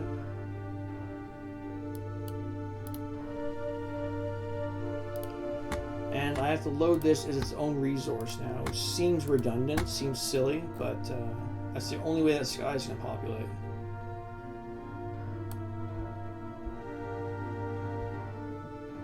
Okay, there we go.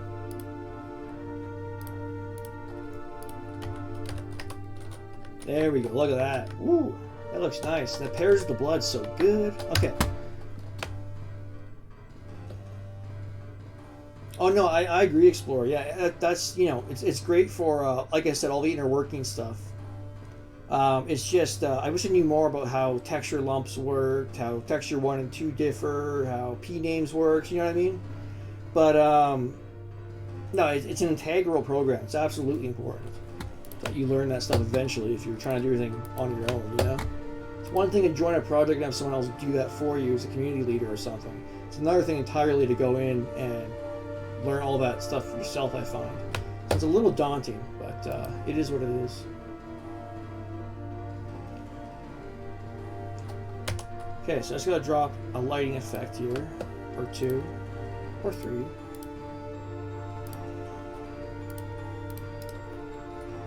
We're going to change this to light flickers. And then we're going to change this middle one to, and the teleport. Oh, no, not the teleport. It's built in 3 sectors. Never mind. So 1. I guess we'll go this one. 2. And 3.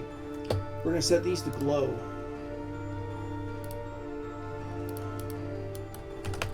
Okay. I should be set to open this, and then I should be set to wrap the stream up for today. So let's try it out. Let's hope this loads.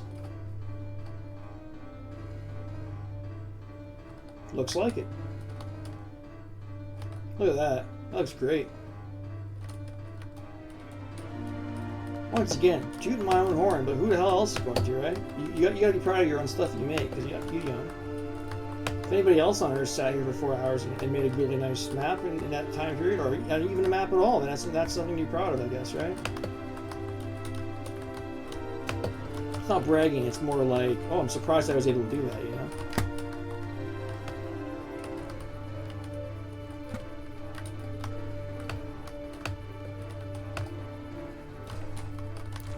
Sounds are working.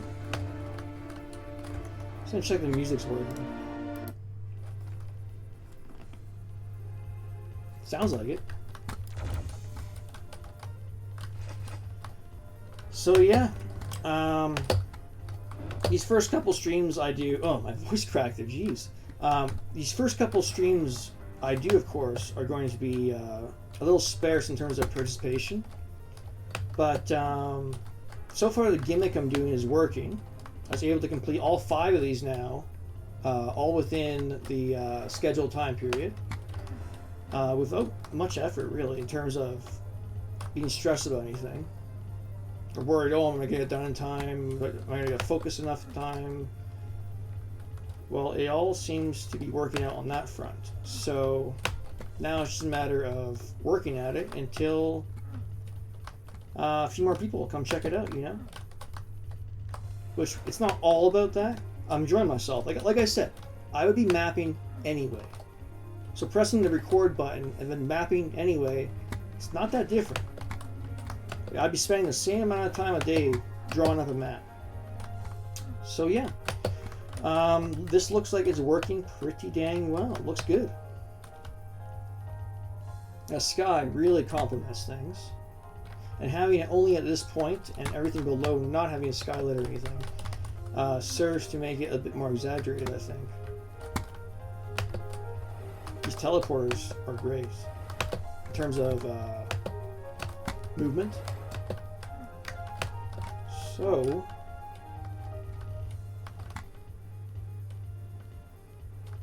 let's see, anything else I need to touch on? Oh yeah, so my next stream is scheduled for Wednesday of this week for the exact same start time, which is 2 p.m. MDT. And it's going to be Wednesday, Friday, and then on Saturday, I start at the same time, but I'm going to be going for 6 hours instead of my scheduled 3.5, which in this case, today, I ended up going 3.5. Wow, exactly on time, exactly on schedule. Very good, very good, very good. Yeah, so this worked out well. Like I said, I didn't expect a large turnout, being my first Twitch stream, of course. You gotta keep things in perspective, of course. But I think this all worked out great. I'm glad you came by, Explorer. I appreciate it. And yeah, you know, I agree with that last statement there. Like, you gotta be passionate about what you're doing or why you're doing it all, you know? Anyway, on that note, I will see y'all on Wednesday. Until next time.